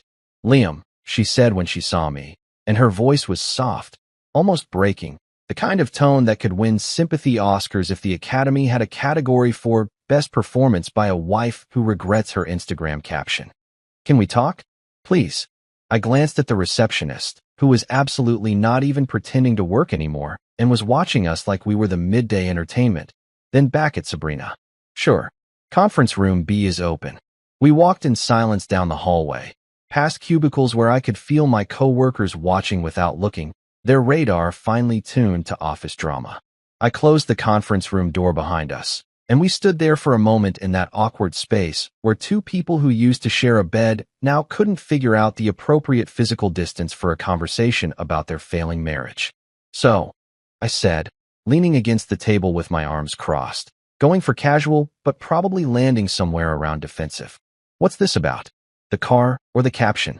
Because I'm pretty happy with both decisions, just so we're clear."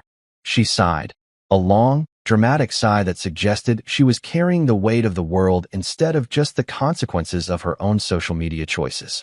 "People keep asking if we're really over. My friends, my family, people at work. Everyone wants to know if we're getting divorced." "Well," I said, examining my fingernails like they contained the secrets of the universe, "that depends. Are you done auditioning replacements?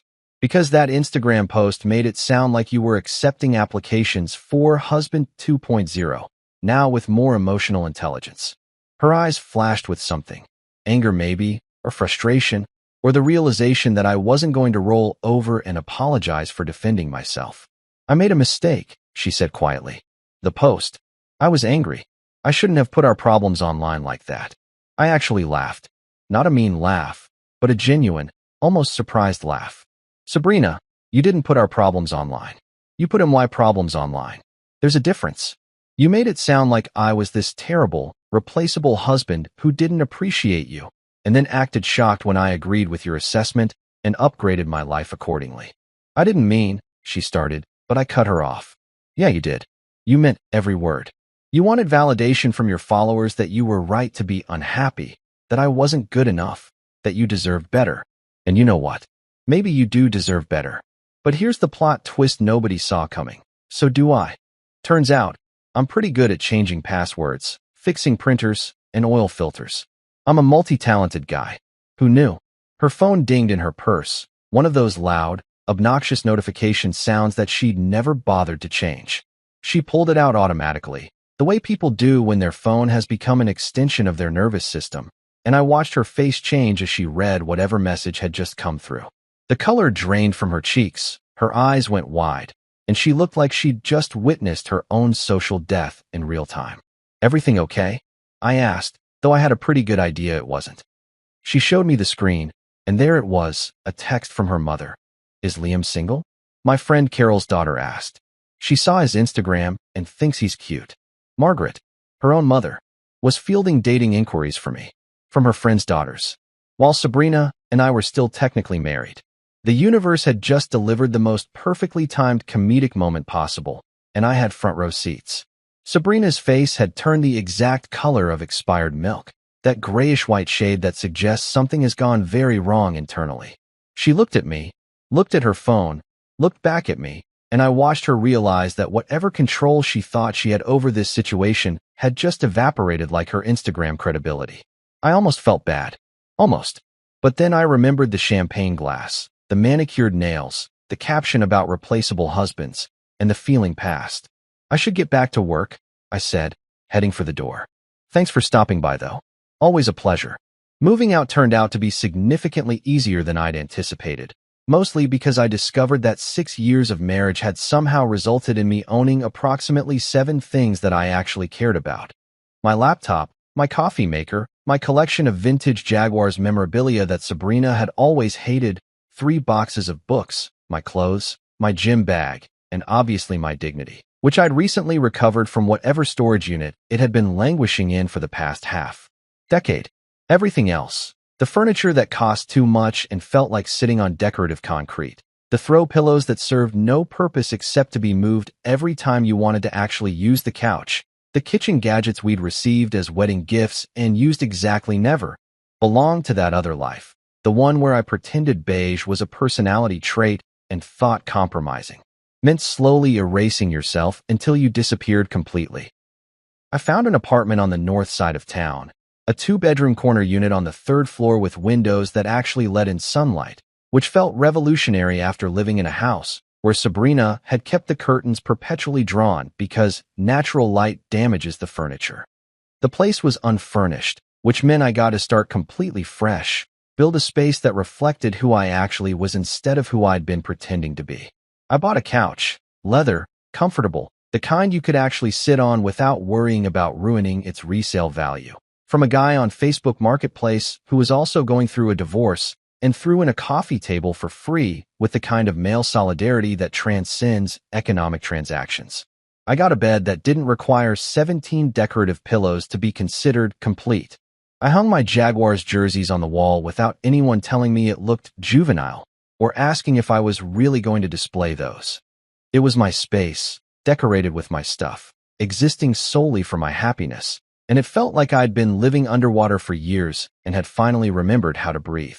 The apartment had a parking garage, covered, secure, with my own assigned spot, which meant Freedom 2.0 had shelter from the elements and a place of honor in my new life.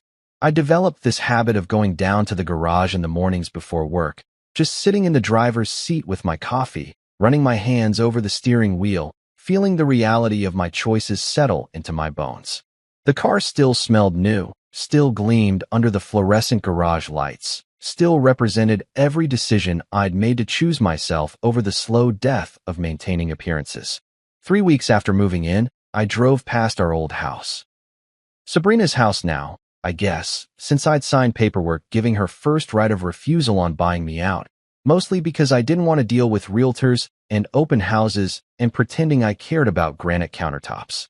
Her white BMW was parked in the driveway exactly where it had always been parked. The blinds were drawn exactly like they'd always been drawn, and the whole scene looked like a photograph of a life I'd stopped living.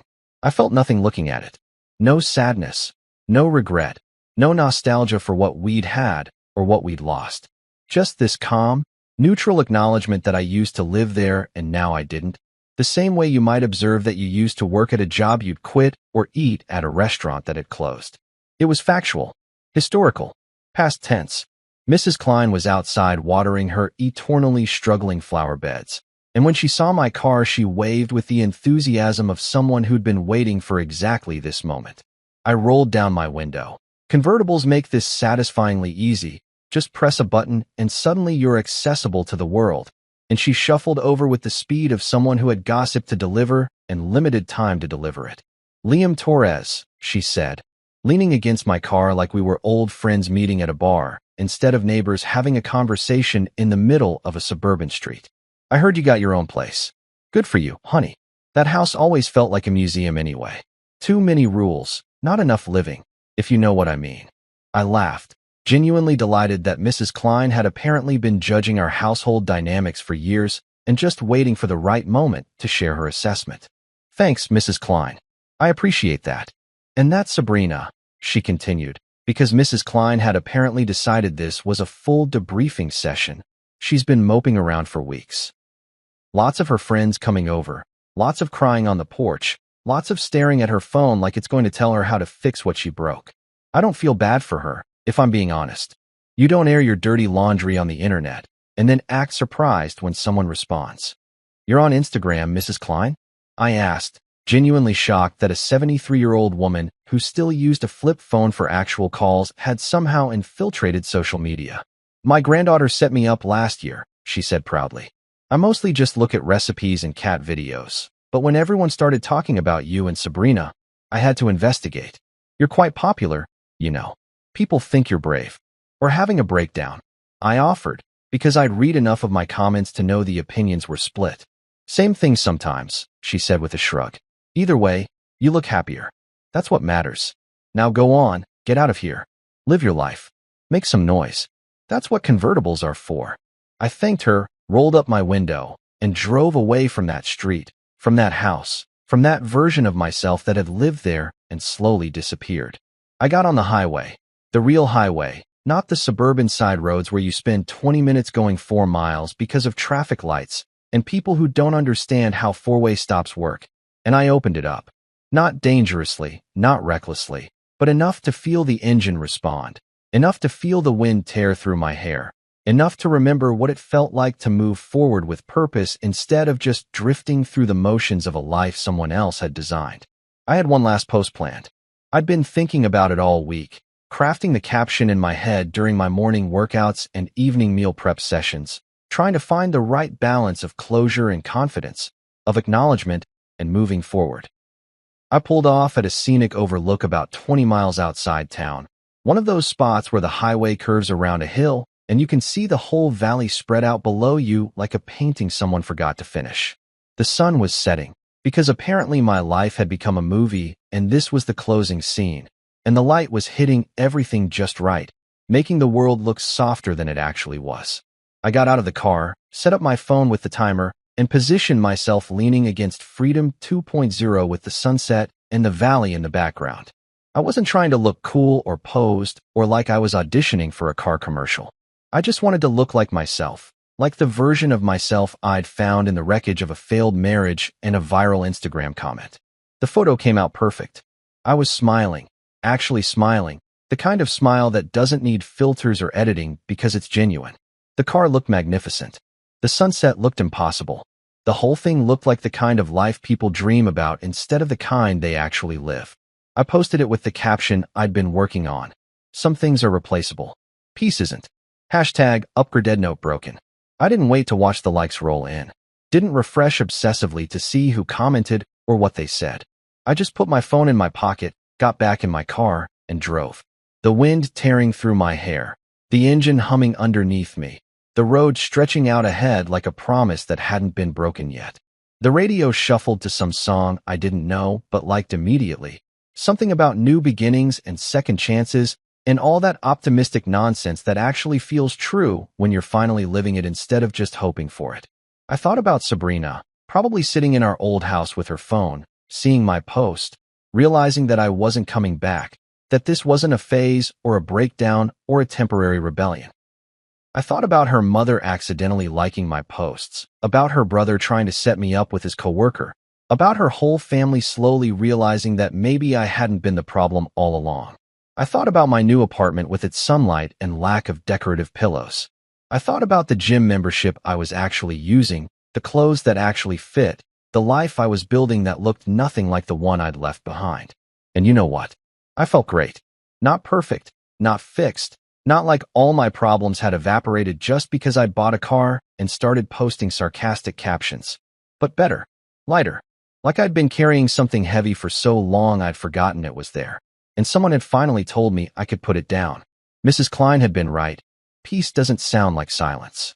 It sounds like laughter in a fast lane, like wind and engine noise, and your favorite song coming on at exactly the right moment.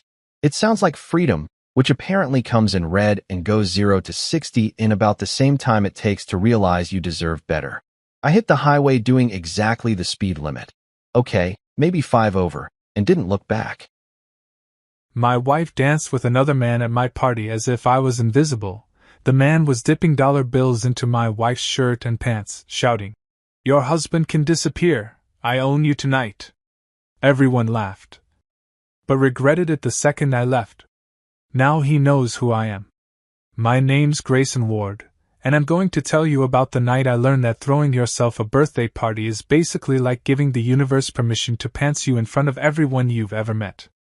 Look, I'm not saying I'm a genius, but I've designed buildings that touch clouds, brokered deals that would make your accountant weep with joy, and somehow managed to convince a woman way out of my league to marry me. So naturally, I figured organizing one lousy birthday party would be a cakewalk. Spoiler alert, I was wrong.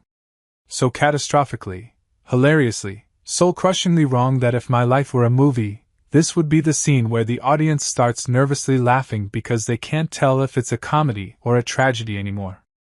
I'd gone all out for this thing. We're talking rooftop restaurant with a view that made the Chicago skyline look like it was photoshopped by God himself. I hired a live band, not some garage outfit that plays Wonderwall on repeat, but an actual jazz ensemble with a guy who'd played backup for someone who once opened for John Legend. Close enough to famous for me. I sent out invitations 3 weeks in advance, the fancy kind with embossed lettering that probably cost more per square inch than my first apartment. My family came, even Aunt Carol, who still asks me when I'm going to get a real job, despite the fact that I pull in more annually than her entire book club combined. My colleagues showed up in their designer suits, already half drunk from pre-gaming because apparently nobody goes to parties sober anymore when you're over 30. Friends from college, guys from my gym, even my neighbors who I'm pretty sure only came for the open bar. They were all there. And Lydia. Sweet merciful heaven, Lydia looked like she'd stepped out of a magazine spread for women who married up and know it. She was wearing this emerald green dress that probably violated several laws of physics with how it defied gravity. Her hair done up in that effortless way that I know for a fact takes 3 hours and costs roughly what a small nation spends on infrastructure. She was glowing, radiant, the kind of beautiful that makes other women jealous and makes men walk into glass doors because they're not watching where they're going. I remember thinking, as I stood there with a whiskey in my hand and 50 people singing, "Happy Birthday," off-key, that I was the luckiest son of a gun in the entire Midwest. I was feeling like a king, the kind you see in movies right before everything goes sideways. You know that moment where the hero is standing on top of the world, chest puffed out, thinking he's invincible? That was me at approximately 9:47 p.m. on a Saturday in June. The band was crushing it, playing this smooth rendition of "Fly Me to the Moon" that made even my tone-deaf cousin start swaying. The food was immaculate, those little bacon-wrapped dates that rich people pretend aren't just fancy pigs in a blanket, sushi that probably required a permit to catch, and a birthday cake that cost more than my first car. People were laughing, clinking glasses, telling stories about me that were 70% embellished and 30% straight-up lies. But hey, that's what birthdays are for, right? I made my rounds like a politician at a fundraiser, shaking hands, accepting congratulations on being another year closer to needing reading glasses and daily fiber supplements.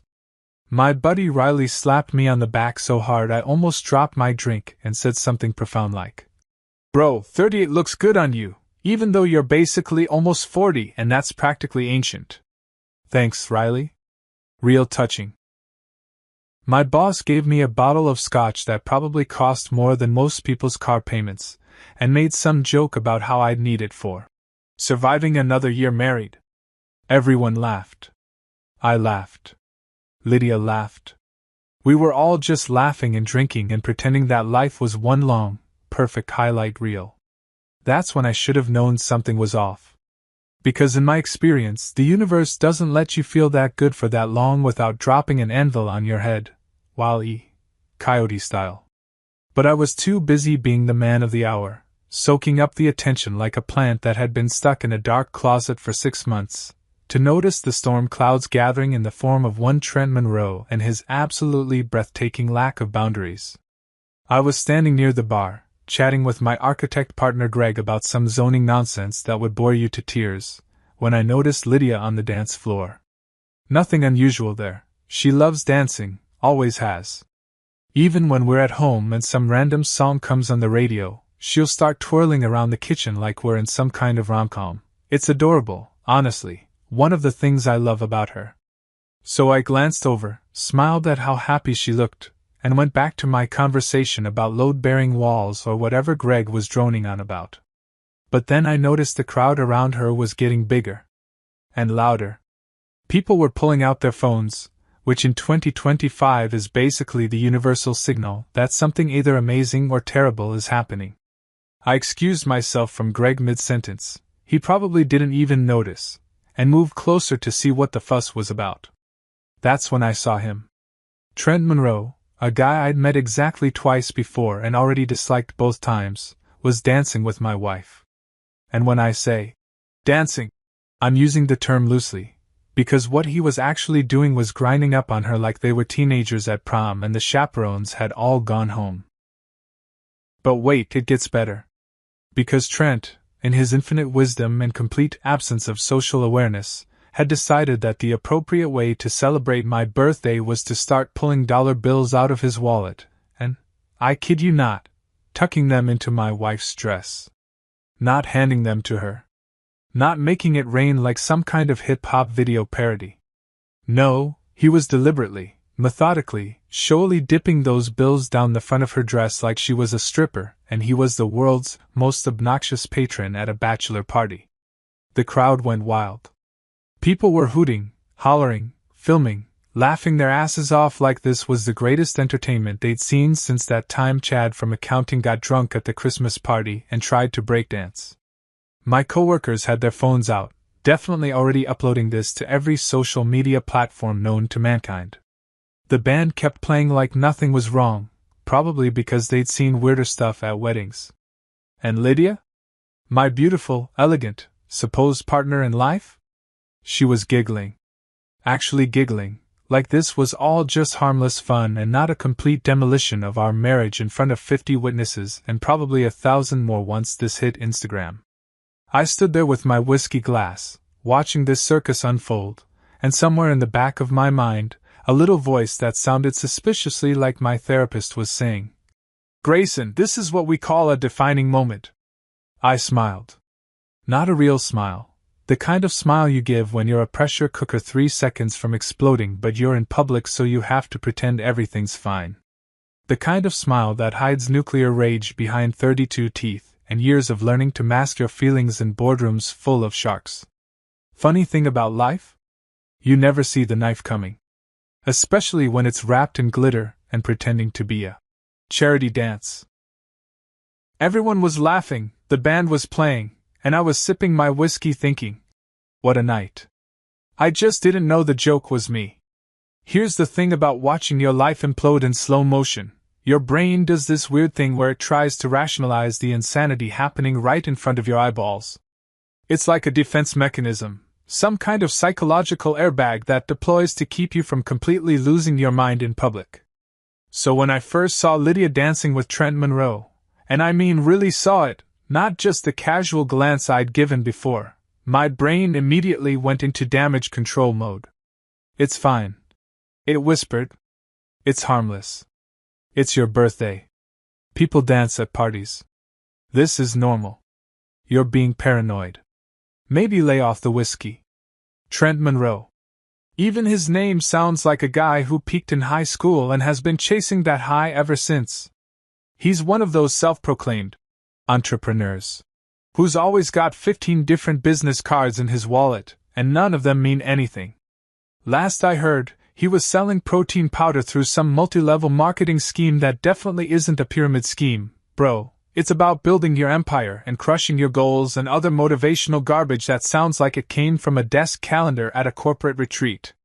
He's got that kind of charm that works on a very specific type of person, the kind who thinks that confidence and competence are the same thing, that a bright smile can substitute for an actual personality, and that shouting about the grind makes you a business genius instead of just loud and annoying.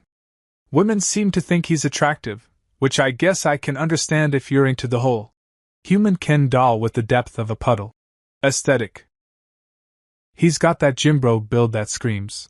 I spend 4 hours a day taking mirror selfies and another 3 hours posting them. Perfect teeth that are definitely veneers, and hair that has more product in it than a Walgreens beauty aisle. Guys, on the other hand, take one look at Trent and immediately know he's the type who'll sleep with your girlfriend, steal your protein shaker, and then try to recruit you into his downline. He makes men suspicious and women temporarily lose about 40 IQ points, which is apparently exactly what was happening on my dance floor at my birthday party. At first, and I mean at the very beginning of this disaster, before it spiraled into something that would haunt my nightmares for months, it really did seem harmless. Lydia was just dancing. The band had transitioned into something more upbeat, some modern jazz fusion thing that made people want to move, and she'd been pulled onto the dance floor by her friend Monica, who works in marketing and thinks everything is a networking opportunity. I watched them for a second, saw Lydia laughing and spinning, and thought, sure, let her have fun. It's my birthday. She's been planning this thing for weeks. She deserves to cut loose. I'm not one of those psycho-controlling husbands who needs to monitor his wife's every movement like she's a toddler near a swimming pool. We're adults. Married adults. Adults who theoretically trust each other enough to survive a simple dance at a party without the fabric of our relationship disintegrating. So I turned back to my conversation with Riley and my cousin Marcus, who were debating whether the Bulls had any chance of being relevant again this decade. Spoiler, they don't. I was halfway through making a point about their terrible draft picks when I heard the crowd get louder. Not normal party loud, but that specific kind of chaos that makes you think either something amazing is happening or someone's about to get arrested. I looked over again, and that's when I saw that Monica had left the dance floor and been replaced by Trent freaking Monroe, who apparently had decided that my wife needed a dance partner with all the subtlety of a monster truck rally. He was close. Too close. The kind of close that makes you wonder if he's heard of personal space or if he thinks it's a myth like Bigfoot or ethical billionaires. But even then, I told myself to stay cool. Maybe he's just a bad dancer. Maybe he doesn't realize he's basically dry humping my wife in front of God and the entire Chicago social scene. I took a sip of my whiskey, trying to be the bigger man, trying to channel all those anger management techniques my therapist taught me during my high-stress project phase last year. Breathe, Grayson, I told myself. It's just a dance. It doesn't mean anything. You're secure in your marriage. You're a mature, evolved man who doesn't need to pee on his territory like some kind of caveman. Then Trent reached into his pocket and pulled out his wallet. And I thought, okay, weird, but maybe he's putting it away so it doesn't fall out while he's dancing. That would have been the reasonable explanation. The normal explanation. But Trent Monroe isn't reasonable or normal. He's a walking red flag factory, and he was about to manufacture the biggest, brightest red flag anyone had ever seen. He pulled out a dollar bill. Then another. Then another. And before my brain could even process what was happening, he started tucking them into Lydia's dress. Not handing them to her like a tip for good service. Not making it rain in some playful, albeit tasteless, way. No, he was deliberately, slowly, theatrically dipping those dollar bills down the front of her dress, his fingers lingering way longer than necessary, like he was fishing for change in a couch cushion, except the couch was my wife, and the change was my rapidly disappearing dignity. The crowd absolutely lost it. People were screaming, laughing, pulling out their phones faster than they would for a celebrity sighting. I saw Jenkins from the office holding his phone up with both hands like he was filming the moon landing. My cousin's girlfriend had her mouth hanging open so wide you could have parked a Toyota in there. Even the bartender stopped pouring drinks to watch this train wreck unfold. And the worst part, the absolute soul-crushing, ego-demolishing, faith-in-humanity-destroying worst part, was that Lydia was laughing. Not uncomfortable laughing, not nervous. Please help me. Laughing, but genuine, head thrown back, having the time of her life laughing. Trent was eating it up like a starving man at an all-you-can-eat buffet. He was grinning, waving to the crowd, pulling out more bills like he was trying to set some kind of world record for public humiliation. Someone, I think it was Riley's girlfriend Ashley, shouted, "Make it rain, Trent!" And he actually did, throwing a handful of ones in the air like we were in a music video. They fluttered down around Lydia like the world's most insulting confetti, and she just kept dancing, kept laughing, kept pretending like this was all perfectly normal birthday party behavior. I was standing there, whiskey glass frozen halfway to my mouth, watching my marriage get auctioned off for singles like a clearance item at a garage sale. Marcus nudged me and said, "Bro, you seeing this?" And I wanted to say, "No, Marcus, I'm actually blind and deaf and also dead inside." But instead I just nodded and took another sip because what else was I supposed to do? Cause a scene at my own birthday party? Storm over there and drag my wife off the dance floor like some possessive psycho? That's what they'd expect. That's what would make me look bad, like I'm the problem, like I'm the insecure husband who can't handle his wife having a little innocent fun. Except there was nothing innocent about what happened next.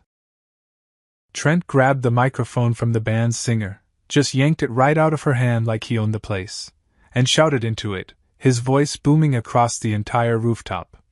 "Your husband can disappear. I own you tonight." He pointed at me as he said it, making sure everyone knew exactly who he was talking about, making sure there was no ambiguity, no room for interpretation. This wasn't some drunken joke. This was a declaration. A challenge. A public humiliation wrapped in a smile and delivered with a wink. The crowd went silent for exactly half a second before erupting into more laughter, more cheers, more phone cameras capturing every angle of my spectacular downfall. Someone started chanting, "Trent, Trent, Trent!" And others joined in like this was a sporting event, and I was the opposing team getting demolished. Lydia, to her credit, finally looked uncomfortable, her smile faltering just a bit, but she didn't stop him.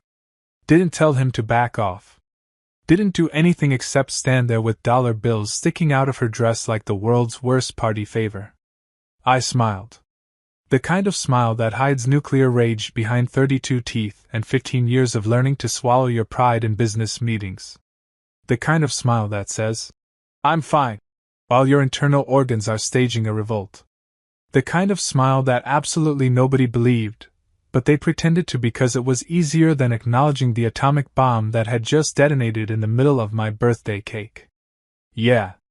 Real classy. Welcome to 38, Grayson. Happy freaking birthday. You know what's funny about reaching your breaking point? It doesn't feel like breaking at all. There's no dramatic crack, no earth-shattering snap, no orchestral crescendo that lets everyone know you've officially had enough of everyone's nonsense. Instead, it's more like a switch flipping. 1 second you're a functioning human being with emotions and reactions and the basic instinct to defend yourself, and the next you're just done. Completely, utterly, profoundly done with everything and everyone in a way that feels almost peaceful. It's the emotional equivalent of your computer giving up and displaying that blue screen that says, "Yeah, I got nothing. We're shutting down now. Have a nice day."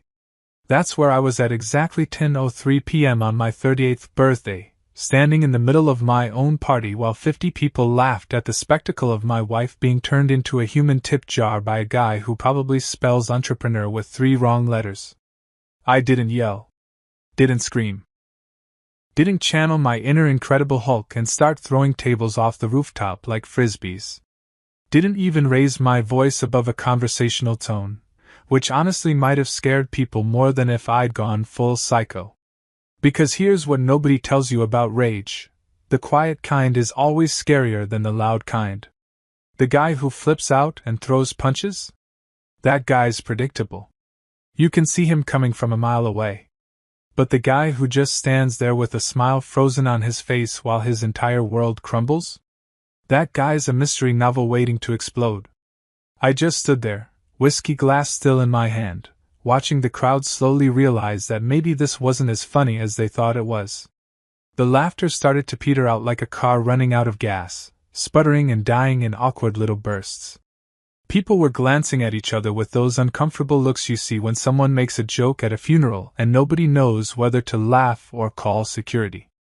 Trent was still grinning like he'd won the lottery, completely oblivious to the fact that he just signed his own death warrant with a smile and a microphone. Lydia had finally stepped away from him, her face flushing red as she started to realize that maybe, just maybe, this had gone too far. The band had stopped playing entirely, which meant the only sound on that rooftop was the Chicago wind and the distant hum of traffic and about 47 people holding their breath waiting to see what I'd do next. Would I throw a punch? Storm over there and cause a scene? Break down crying like some kind of after-school special? The suspense was killing them. I could feel their eyes on me, could practically hear their internal monologues writing the story they'd tell their friends tomorrow. Oh my God, you should have seen it. Grayson totally lost it at his own birthday party. But I didn't give them that satisfaction. Instead, I just stood there, taking another slow sip of my whiskey like I was at a casual happy hour, and not in the middle of the most humiliating moment of my entire life. The whiskey burned going down, which was good because at least I could feel something other than the numb emptiness spreading through my chest like ice water. Riley appeared at my elbow, because of course he did. Riley's been my best friend since college, back when we were both idiots with more ambition than sense, and he's got this radar for when I'm about to do something either brilliant or catastrophically stupid. He's seen me through breakups, business failures, that time I accidentally insulted a client's wife and almost lost $1 million contract, and now this, the crown jewel of bad nights. Bro, he whispered, leaning in close enough that nobody else could hear. You okay? I turned to look at him, and I must have had some kind of expression on my face because he actually took a step back like I'd grown a second head. Oh, Peachy, I said, keeping my voice light and casual, the way you'd comment on the weather or traffic. I love watching my wife get tipped like a Vegas dancer. Really adds flavor to the night. Spices things up. You know how marriage can get boring after a while? Well, problem solved. Next year maybe I'll hire a whole strip club. Really commit to the theme. Riley's eyes went wide. Gray, man, I don't think. You know what the best part is? I continued, still smiling that dead smile that probably made me look like a serial killer in a business casual outfit. I actually paid for this. The venue, the band, the open bar that's currently fueling everyone's entertainment. I'm literally financing my own public humiliation. That's efficiency, Riley. That's innovation. I should put it on my LinkedIn. Dude, maybe you should talk to Lydia. Talk?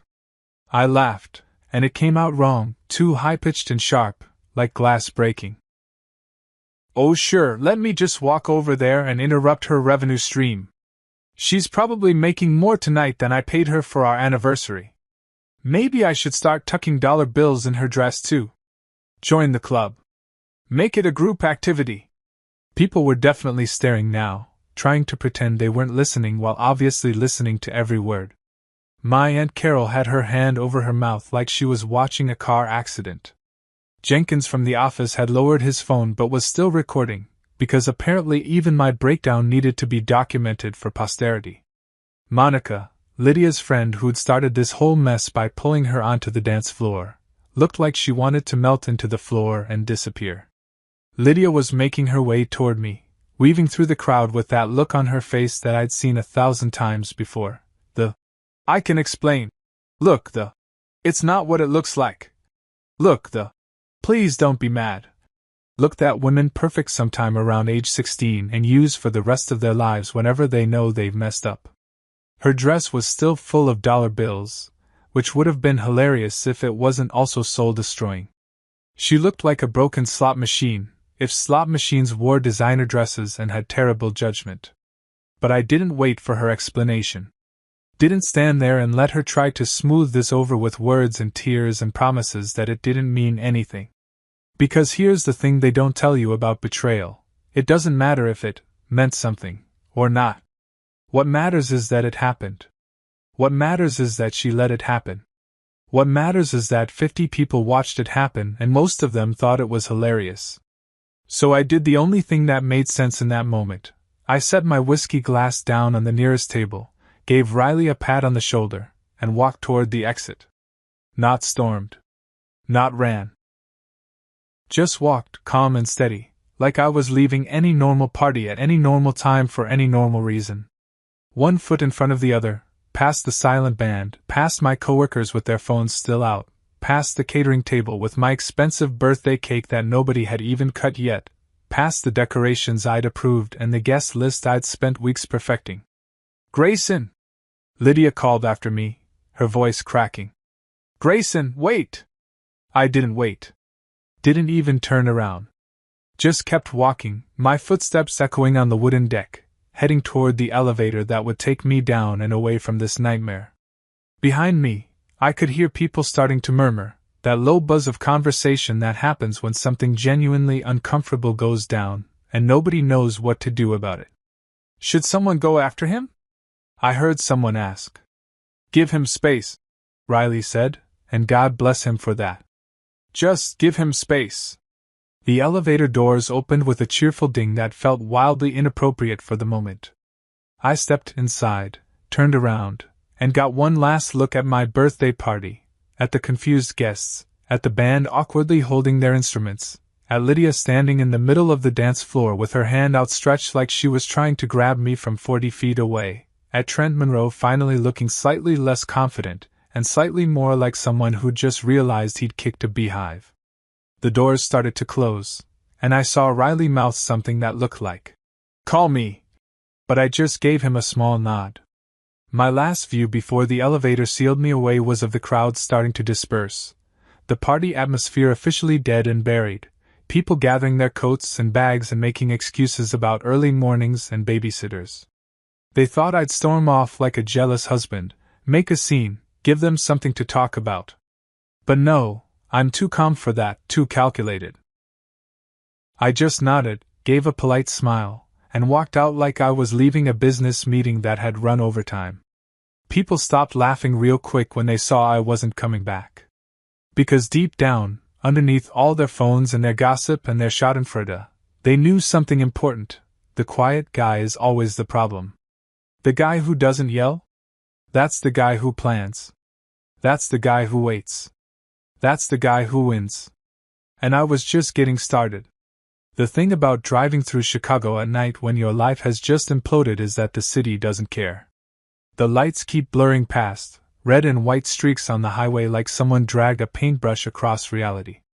Traffic keeps flowing, people keep living their lives, the whole world just keeps spinning like you didn't just experience a Category 5 emotional hurricane on a rooftop in front of everyone who's supposed to respect you.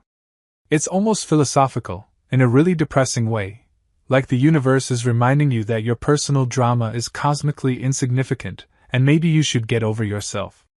Thanks, universe. Real comforting. A+ motivational speaking. I drove in complete silence, which is unusual for me because I'm normally one of those people who needs noise, podcasts, music, talk radio, anything to fill the void. But tonight silence felt right. Felt appropriate. Like the only honest thing in a world full of fake laughs and faker people. My hands gripped the steering wheel so tight my knuckles went white, and some distant part of my brain registered that I was probably driving too fast, weaving through lanes like I was in a Fast and Furious movie except without the cool cars or the family that's apparently more important than anything. My phone started buzzing around the time I hit Lakeshore Drive. First just once, then twice, then it basically turned into a vibrator having a seizure in my cup holder. I didn't look at it. Didn't need to. I knew exactly who was blowing up my phone with messages that would range from apologetic to defensive to confused, probably in that exact order. It's funny how predictable people become when they know they've screwed up.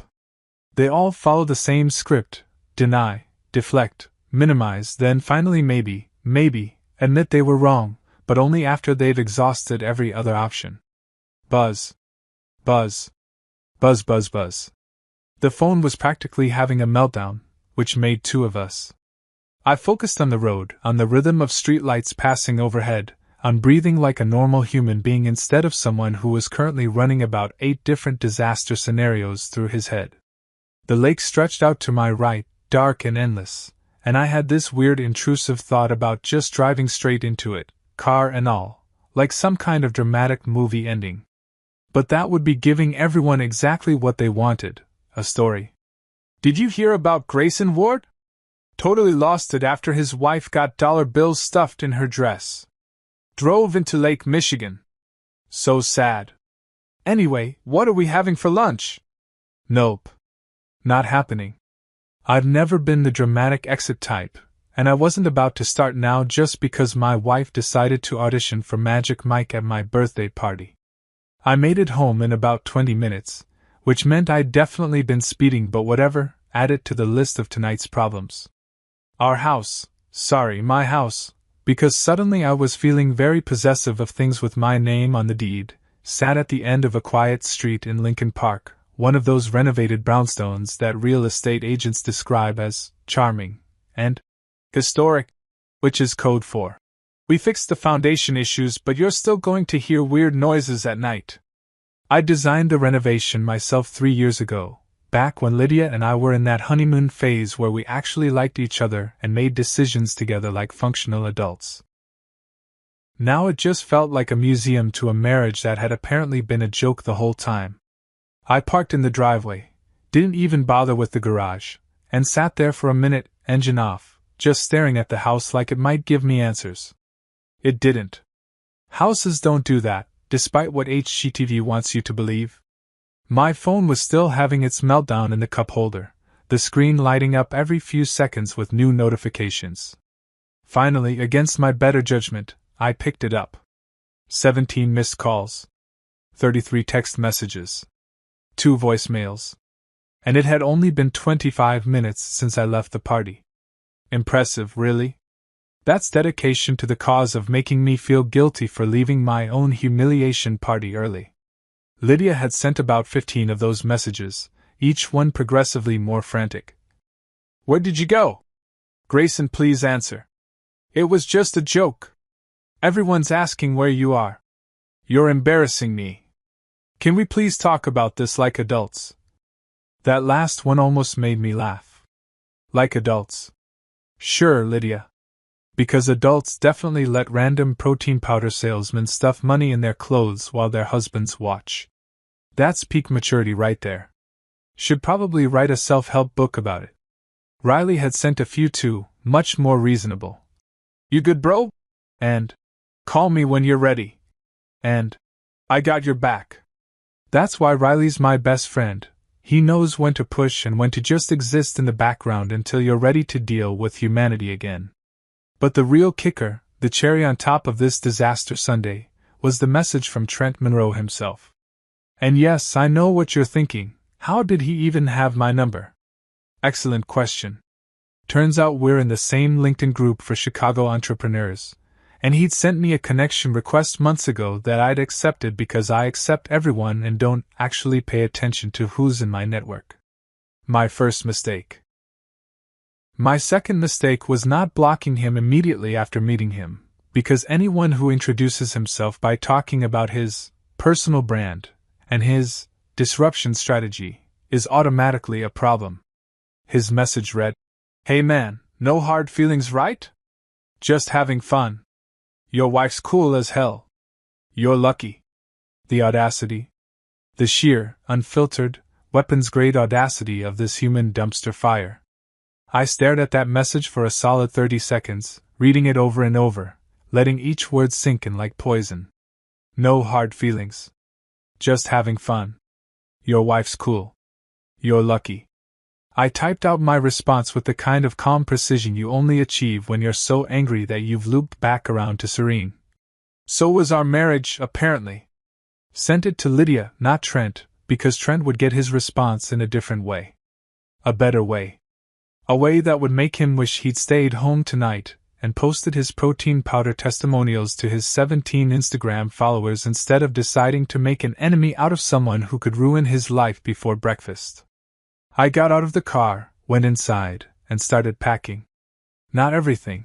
I'm not dramatic enough for the full-scale evacuation, just enough for a few days.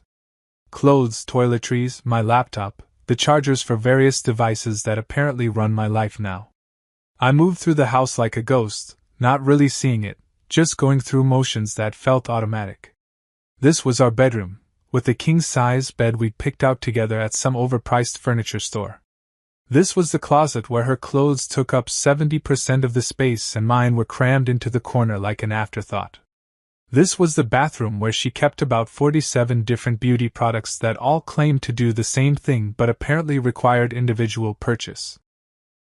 I grabbed my laptop bag from the office, the one room in the house that was entirely mine, that Lydia had never bothered to decorate because she said it was too boring and needed color.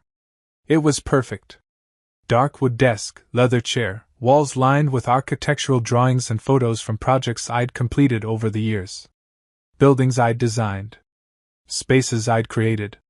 Proof that I was more than just some guy who could be publicly humiliated without consequence. Because here's what Trent Monroe didn't know.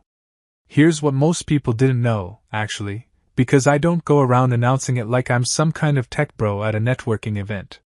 I'm not just a designer.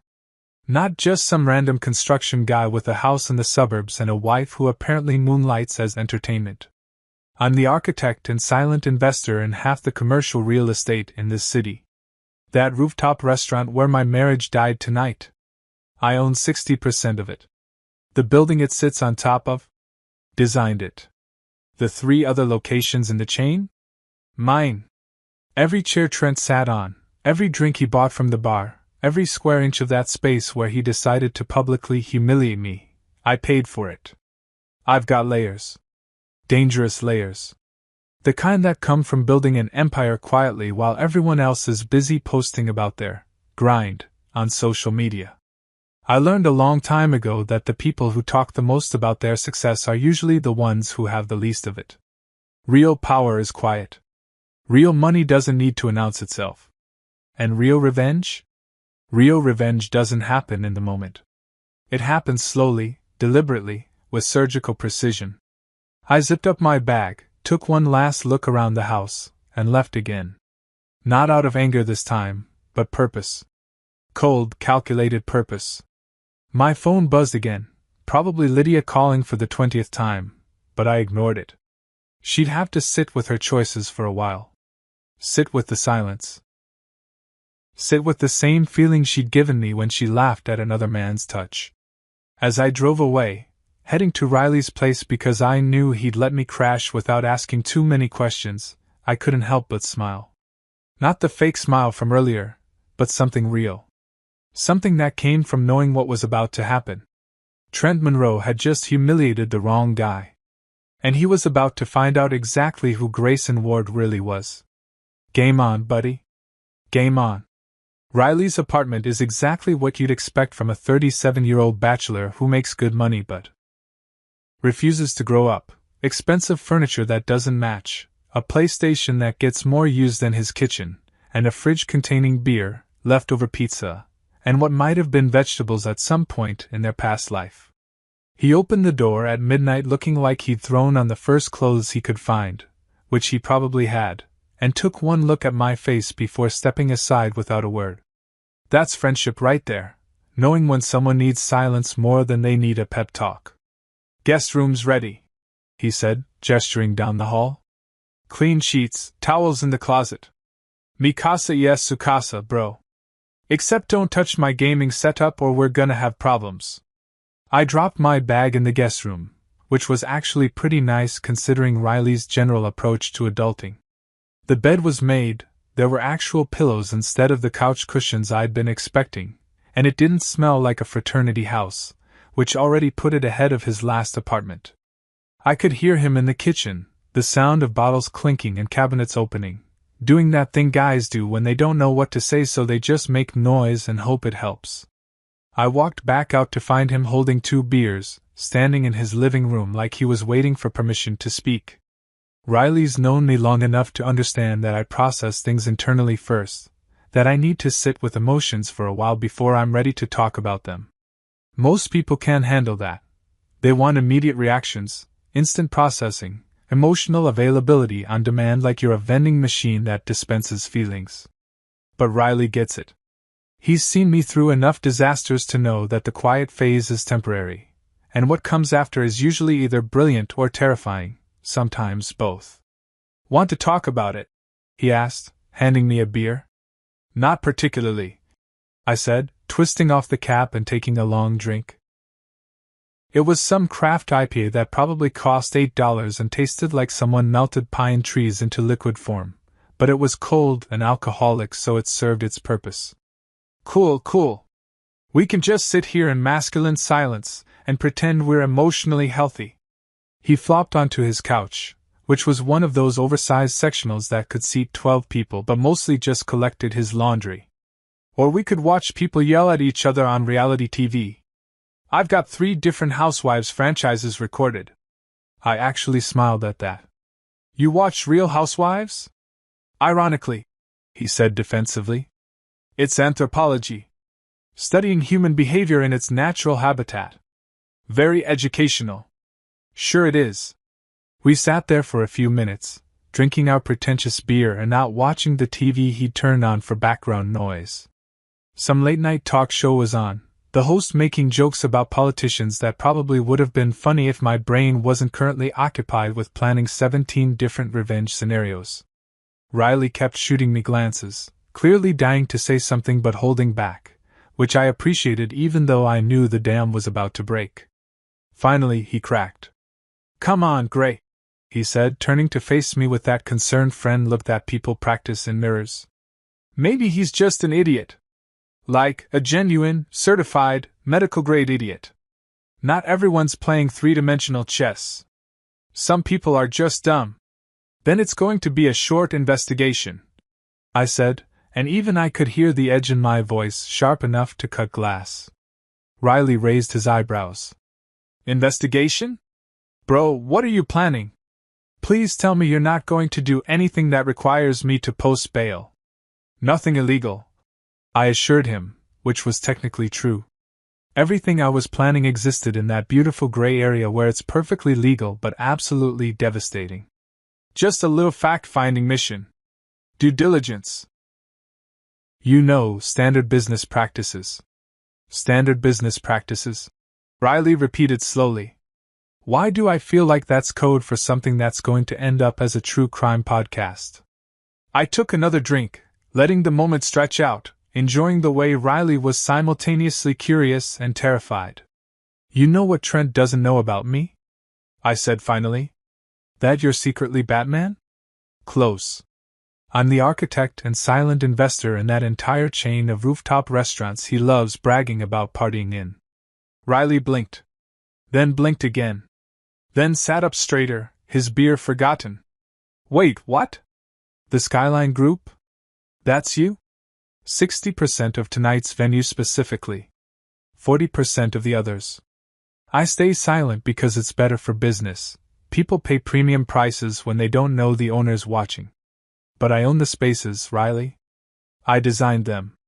Every beam, every layout, every square foot of that rooftop where that clown decided to make a show out of my marriage. Holy shit. Riley breathed. Does Lydia know? She knows I have investments. She doesn't pay attention to the details because, and I quote, business stuff is boring. Apparently dollar bill dancing is more her speed. Riley let out a low whistle, the kind you make when you realize you've just witnessed the beginning of something spectacular and possibly catastrophic. "So what are you going to do?" I smiled, and it must have been a good smile because Riley actually leaned back a little. "I'm going to remind Mr. Monroe that there are levels to this game, and he just challenged someone playing a sport he doesn't even know exists. That's terrifyingly vague. It's meant to be." I pulled out my phone, finally ready to deal with the digital avalanche that had been building all night. Lydia had sent about 30 more messages, each one a variation of panic and justification. My coworkers had started a group chat that I immediately muted. My Aunt Carol had somehow gotten involved, which meant my entire family would know about this by morning. But I ignored all of that and scrolled through my contacts until I found the name I needed, Daphne Stone. Daphne's been my lawyer for 6 years, ever since I needed someone to handle a complicated real estate merger that involved 3 different holding companies and enough legal paperwork to kill a small forest. She came highly recommended by another investor who described her as an angel with a flamethrower, which turned out to be the most accurate character assessment I'd ever heard. She looks like she should be running a charity gala in pearls and sensible heels, all grace and southern charm. But put her in a courtroom or a negotiation and she turns into something that would make a honey badger look cuddly. She smiles like an angel but files lawsuits like a demon, and she's never lost a case I've hired her for. It was almost 1 a.m, which would have been too late to call any normal lawyer, but Daphne isn't normal. She's one of those people who sleeps 4 hours a night and considers it excessive. I'd gotten emails from her at 3 in the morning, voice messages at dawn, text messages during what should have been family dinners. The woman runs on coffee, ambition, and what I suspect is a deep-seated need to destroy anyone who crosses her clients. I called. She picked up on the second ring. Grayson Ward. Her voice came through crisp and alert, no hint of sleep despite the hour. This is either very good news or wonderfully terrible news. I'm hoping for the latter because I've had a boring week.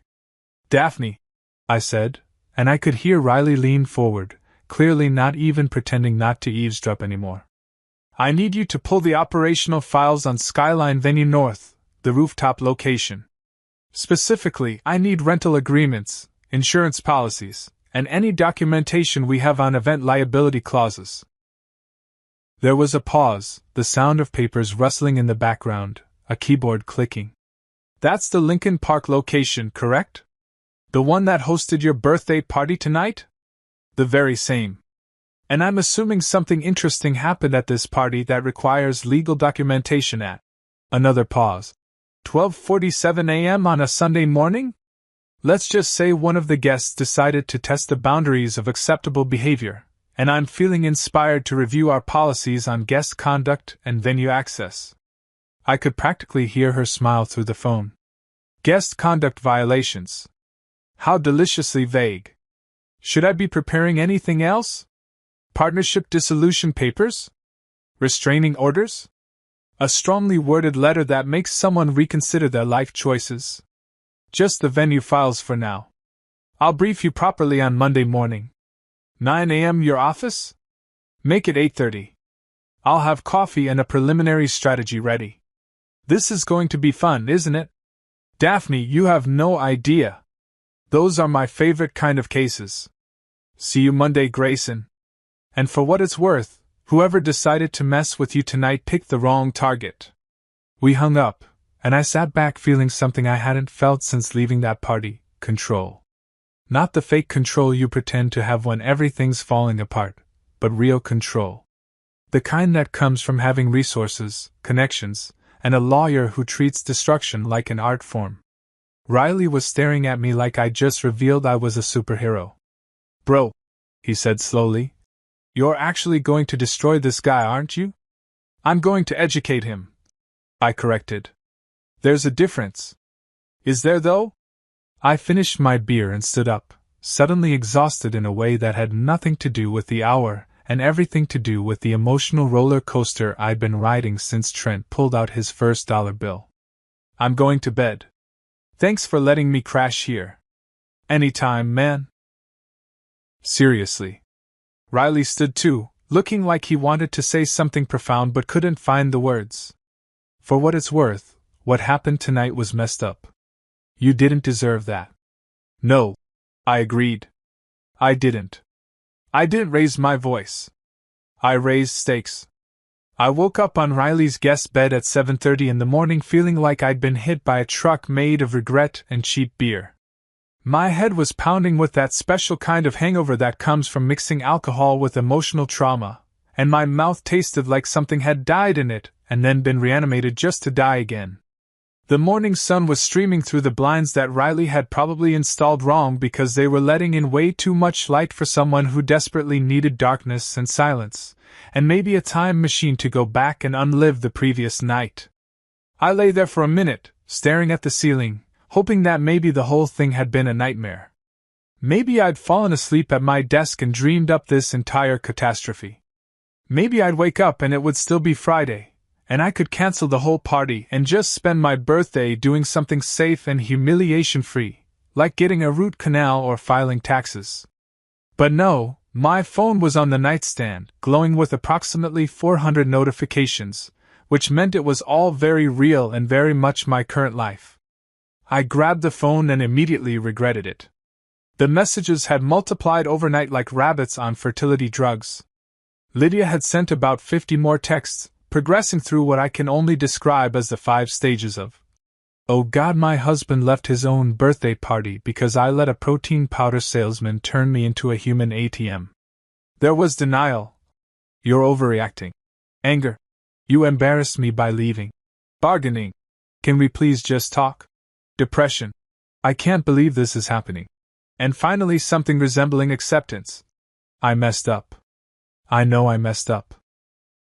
Please come home.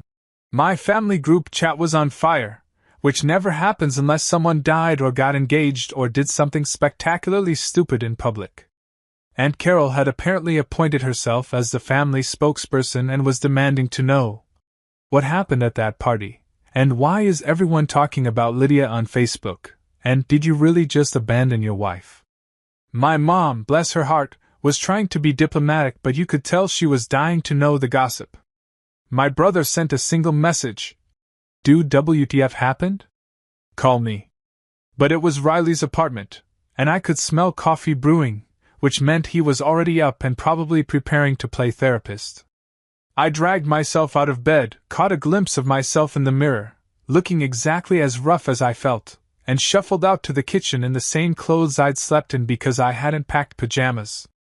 Priorities had been elsewhere. Riley was standing at his fancy espresso machine that he'd bought during a self-improvement phase, and used maybe twice a month, looking surprisingly awake for someone who'd probably gotten the same amount of sleep as me. He glanced up when I walked in and immediately poured me a cup without asking if I wanted any, which is true friendship right there. You look like death, he said cheerfully. But like fashionable death. Death that has good bone structure. Thanks. I feel like fashionable death too. I took the coffee and drank it black because I needed the punishment. It burned going down and tasted like bitter reality, which was appropriate. So, Riley started, leaning against the counter with his own mug. Funny story. Your wife is downstairs. I nearly spit out my coffee. What? Yeah, she showed up about 10 minutes ago. Still wearing last night's dress, mascara everywhere, looking like the walk of shame personified. She's been buzzing the intercom asking to see you. I told her you were asleep, but she said she'd wait. He paused. She's been sitting on the front steps for the last 20 minutes. Mrs. Henderson from 3B walked past her and asked if she needed help, thought she was homeless. Jesus Christ. Yeah, it's pretty dramatic. Very soap opera. I'm kind of into it, honestly. Should I tell her you're awake, or are we pretending you died in your sleep? I considered this for a solid 10 seconds, weighing the pros and cons of facing my wife versus faking my own death and starting a new life in Montana. Montana seemed appealing. No people, lots of space, probably nobody there selling protein powder or stuffing money into married women's clothing.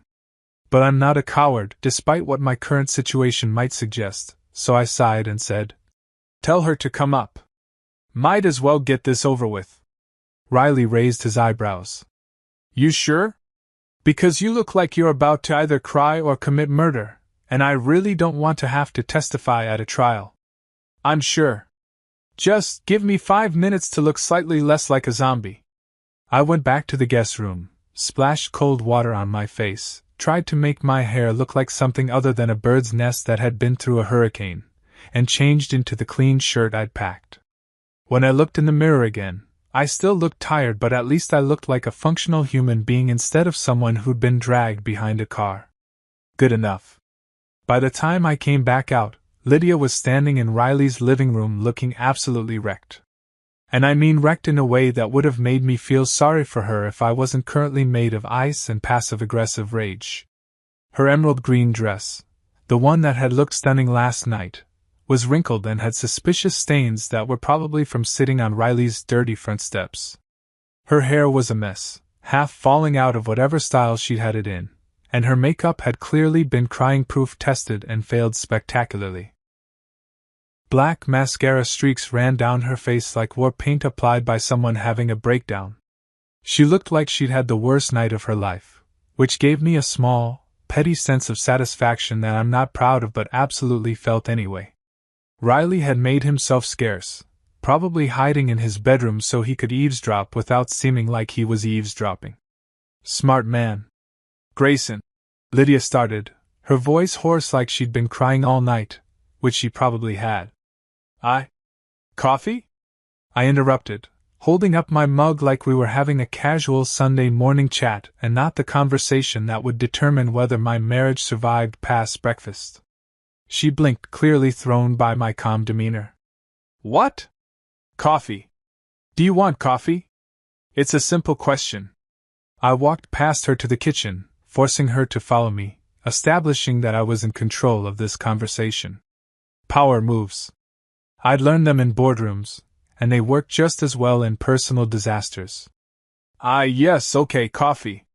She followed me like a lost puppy, which would have been pathetic if it wasn't also exactly what she deserved.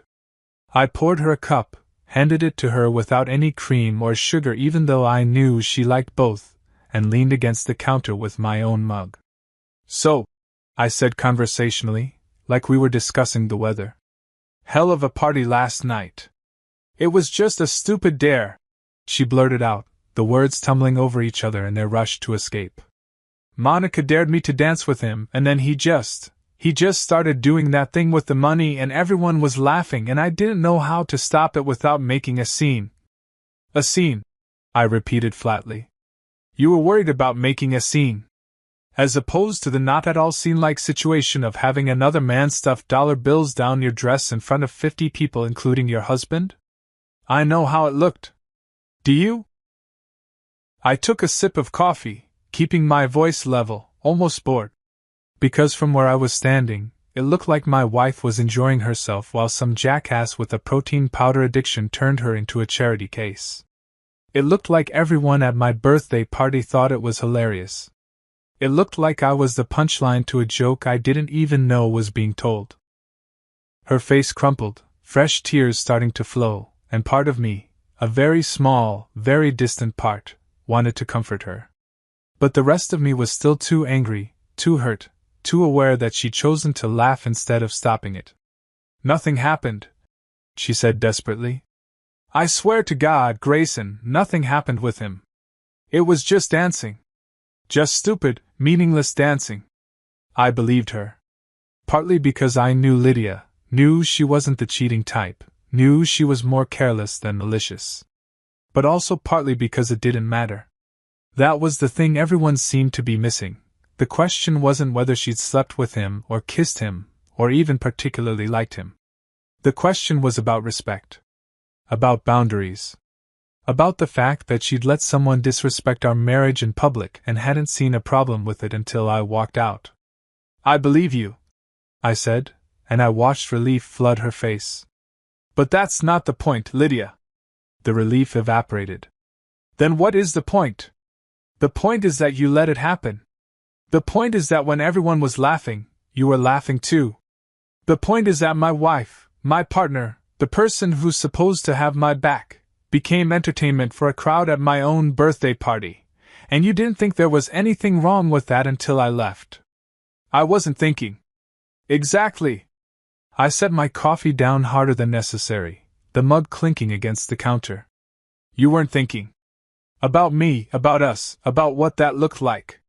You were thinking about having fun, about being the center of attention, about whatever validation you were getting from Mr. Protein Shake and his dollar bills.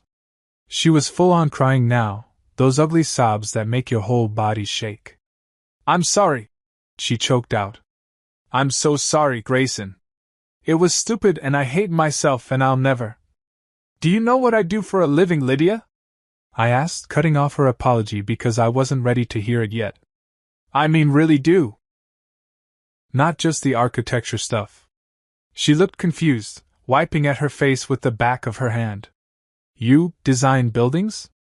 You have investments? I design buildings, yes. But more importantly, I invest in them. I build them. I own them. I let that sink in for a second. That restaurant last night? I own 60% of it. The building it's in? I designed it. Every rooftop venue in that chain? Mine. At least partially. Her eyes went wide. You what? Reputation is currency in my line of work, Lydia. When someone dips money into your wife's clothes and everyone laughs, that's not just marriage trouble. That's reputation trouble. That's every colleague at that party wondering if I'm a pushover. That's every business partner questioning whether I command respect. That's my professional credibility taking a hit because my personal life became a circus. I didn't know. And that's the problem. You didn't know because you never asked? You know I have investments, but you don't care about the details because business stuff is boring. You love the house, the lifestyle, the designer dresses, but you never wondered how it all actually works. She stood there, coffee untouched, looking like I'd slapped her. And maybe I had, verbally, but sometimes truth hits harder than any physical blow. What do you want me to do? She whispered. How do I fix this? I picked up my coffee again, taking a long drink while I considered the question. I don't know yet, I said honestly. But I know that it was just a dare isn't good enough. And I'm sorry isn't going to cut it. Not yet. The silence stretched between us like the Grand Canyon, wide and deep and full of things we weren't saying. And baby, I'm loaded with a lot more than just money. I'm loaded with patience, with plans, and with a very clear understanding of what happens next. 3 days. That's how long it took for Trent Monroe to gift wrap his own destruction and hand it to me with a bow. I spent those 72 hours doing what I do best, planning, researching, and making phone calls to people who owe me favors. Daphne and I had our Monday morning meeting, which turned into a 3-hour strategy session that felt more like plotting a heist than discussing business operations. She pulled files, found loopholes, and occasionally laughed in that way that makes opposing counsel nervous. By the time we were done, I had a folder thick enough to use as a weapon and a plan that would make Sun Tzu proud. Lydia had gone back to our house after that disastrous coffee conversation at Riley's place. We weren't exactly talking, more like existing in the same general universe while maintaining emotional distance. She'd text me updates like, I'm sleeping in the guest room. And, I told Monica we're not friends anymore. Like that somehow made up for turning my birthday into a viral humiliation.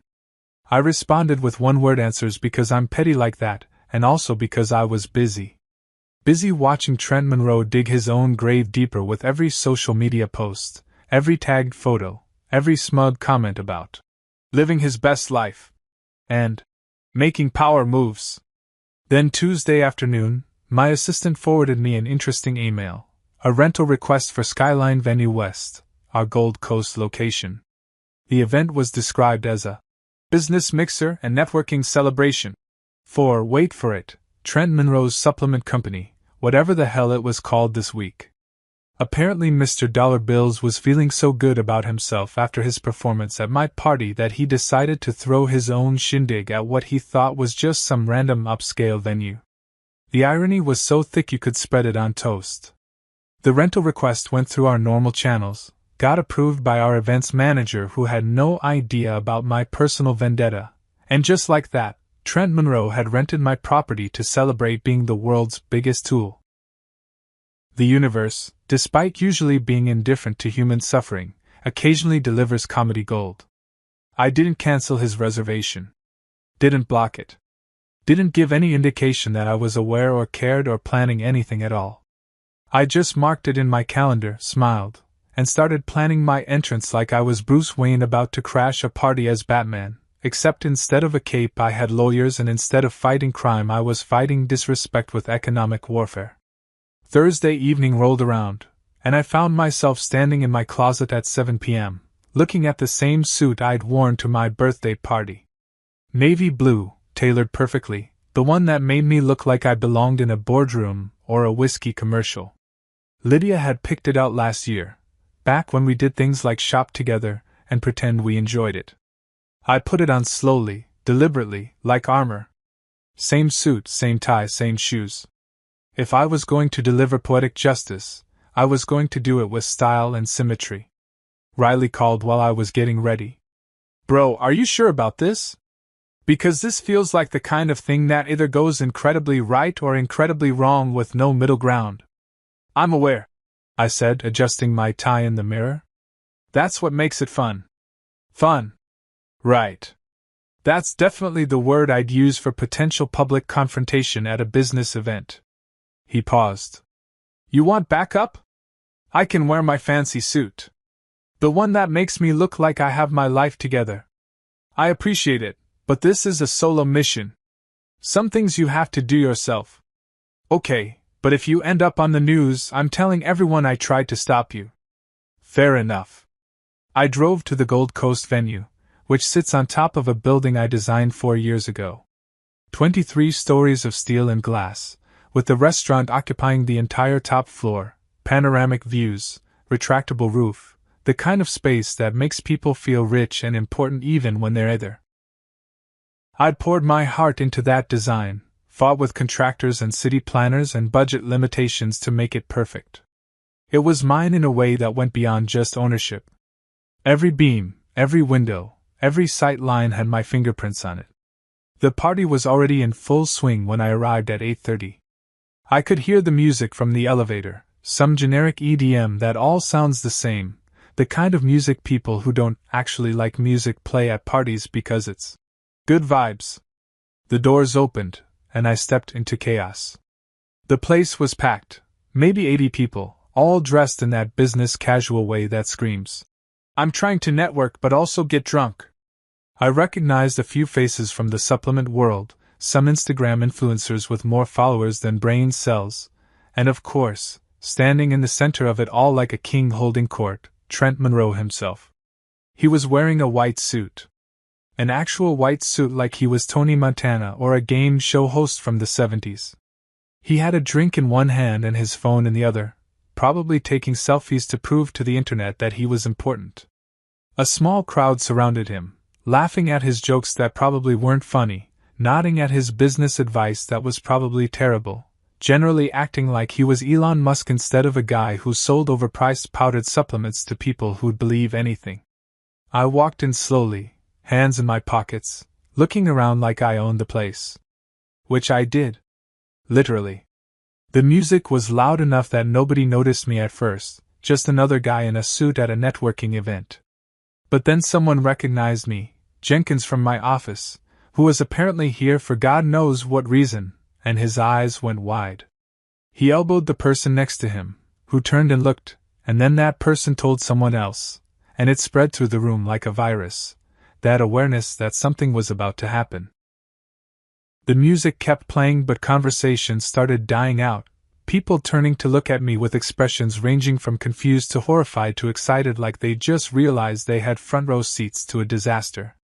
Trent was still oblivious, mid-sentence about disrupting the wellness industry, or whatever nonsense he was spewing, until someone tapped his shoulder and pointed in my direction.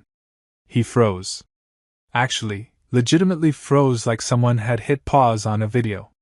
His smile locked in place, his drink halfway to his mouth, his entire body going rigid as his brain tried to process what his eyes were seeing. I could practically see the wheels turning in his head. Why is Grayson Ward here? How did he know about this party? Why is he wearing that same suit? Is this about to be bad for me? Yes, Trent. Yes, it is.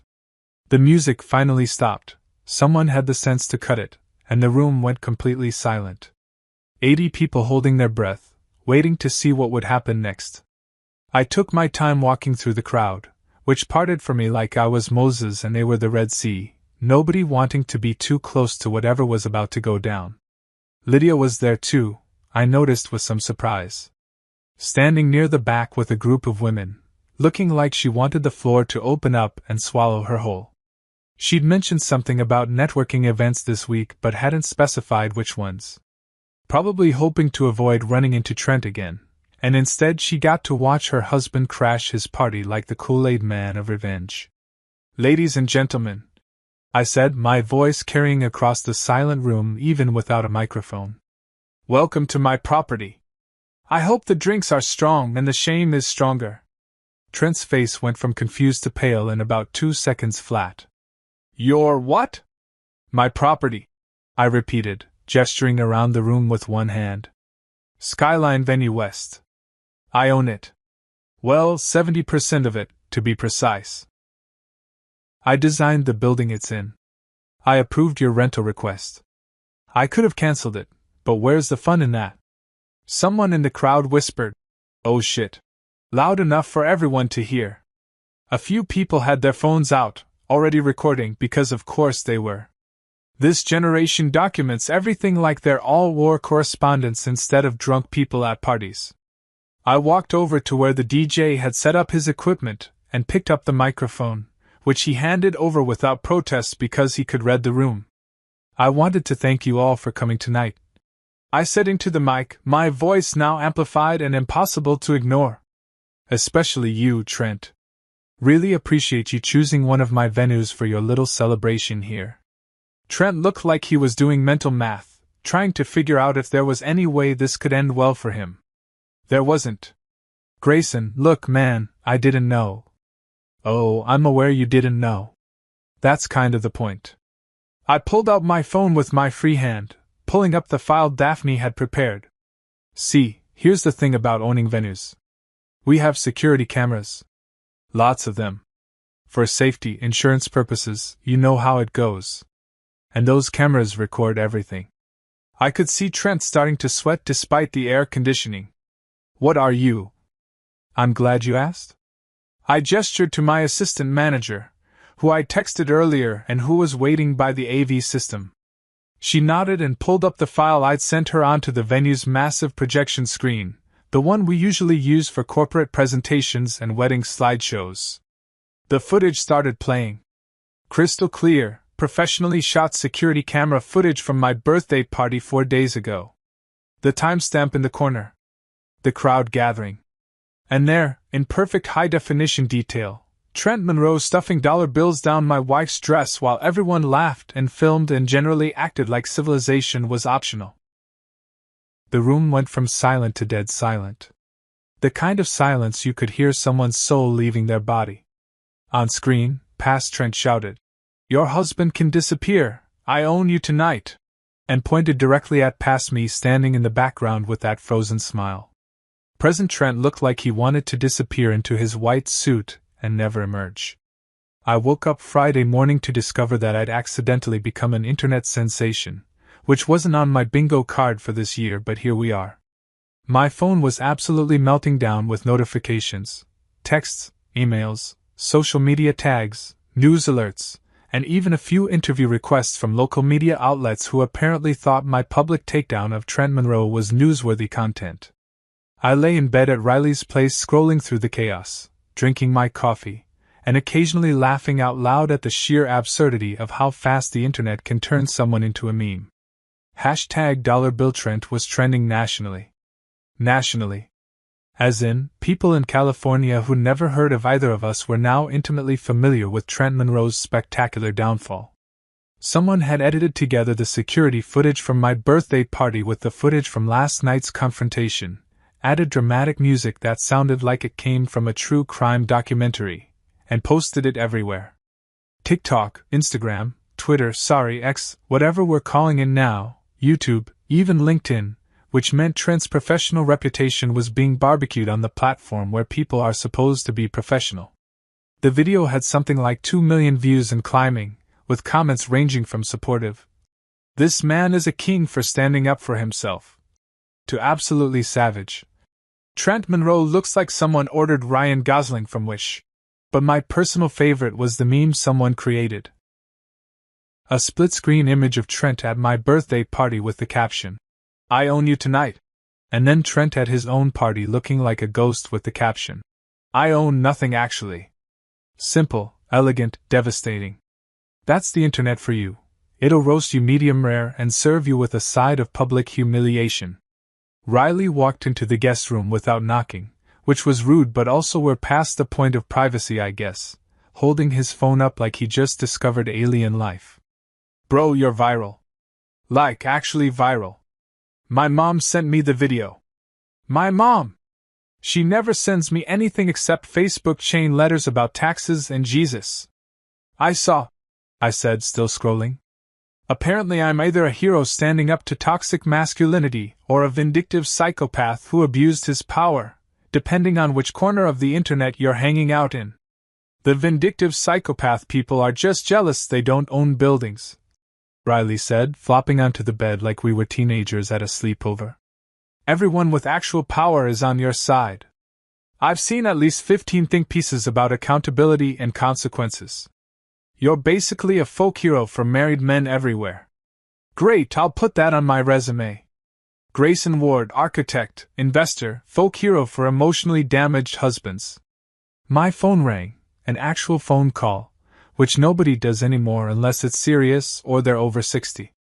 It was my business partner Greg, calling at 8 in the morning, which meant he'd been up for hours because Greg's one of those annoying morning people who think dawn is a reasonable time to be functional. Grayson, he said the second I answered. What the hell did you do last night? Defended my honor. Exercised property rights. Provided entertainment for the masses. Pick your favorite. The Skyline Group's phone has been ringing off the hook since 6 a.m. We've got 3 interview requests, 5 new rental inquiries, and apparently our Instagram followers doubled overnight. People want to book events at the place where that guy got owned. He paused. From a business perspective, this is fantastic. From a friendship perspective, are you okay? That's Greg for you. Always leads with business, follows up with feelings. I'm fine. Better than fine, actually. I feel like I just won the Super Bowl of petty revenge. Good. Because Trent Monroe's lawyer called. I could hear the smile in Greg's voice. They want to discuss resolving this matter privately before it escalates further. Which is lawyer speak for please make this stop, our client is having a breakdown. Forward everything to Daphne, I said. She's handling all Trent-related communications. I'm too busy enjoying my newfound internet fame. Already done. She sounded delighted, by the way. Like, disturbingly delighted. Pretty sure she cackled when I told her about the legal threat. We hung up, and I continued my morning scroll through the apocalypse I'd created. Trent's supplement company, Broforce Elite, which sounds like a rejected G.I. Joe spin-off, had lost 3 major sponsors by dawn. I'm talking 6-figure endorsement deals just evaporating like water on hot asphalt. Their Instagram posted a statement that was basically corporate speak for, "We don't know this man, and please don't associate our protein powder with public humiliation." One company even posted a gif of someone cutting ties with scissors, which was petty and also hilarious. Trent's personal Instagram, which usually got thousands of likes on his shirtless gym selfies and motivational quotes stolen from dead philosophers, was getting absolutely demolished in the comments.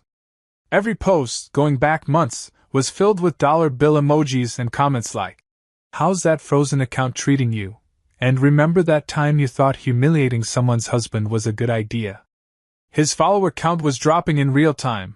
I watched it go from 47,000 to 46,800 in the span of 10 minutes. Death by unfollows.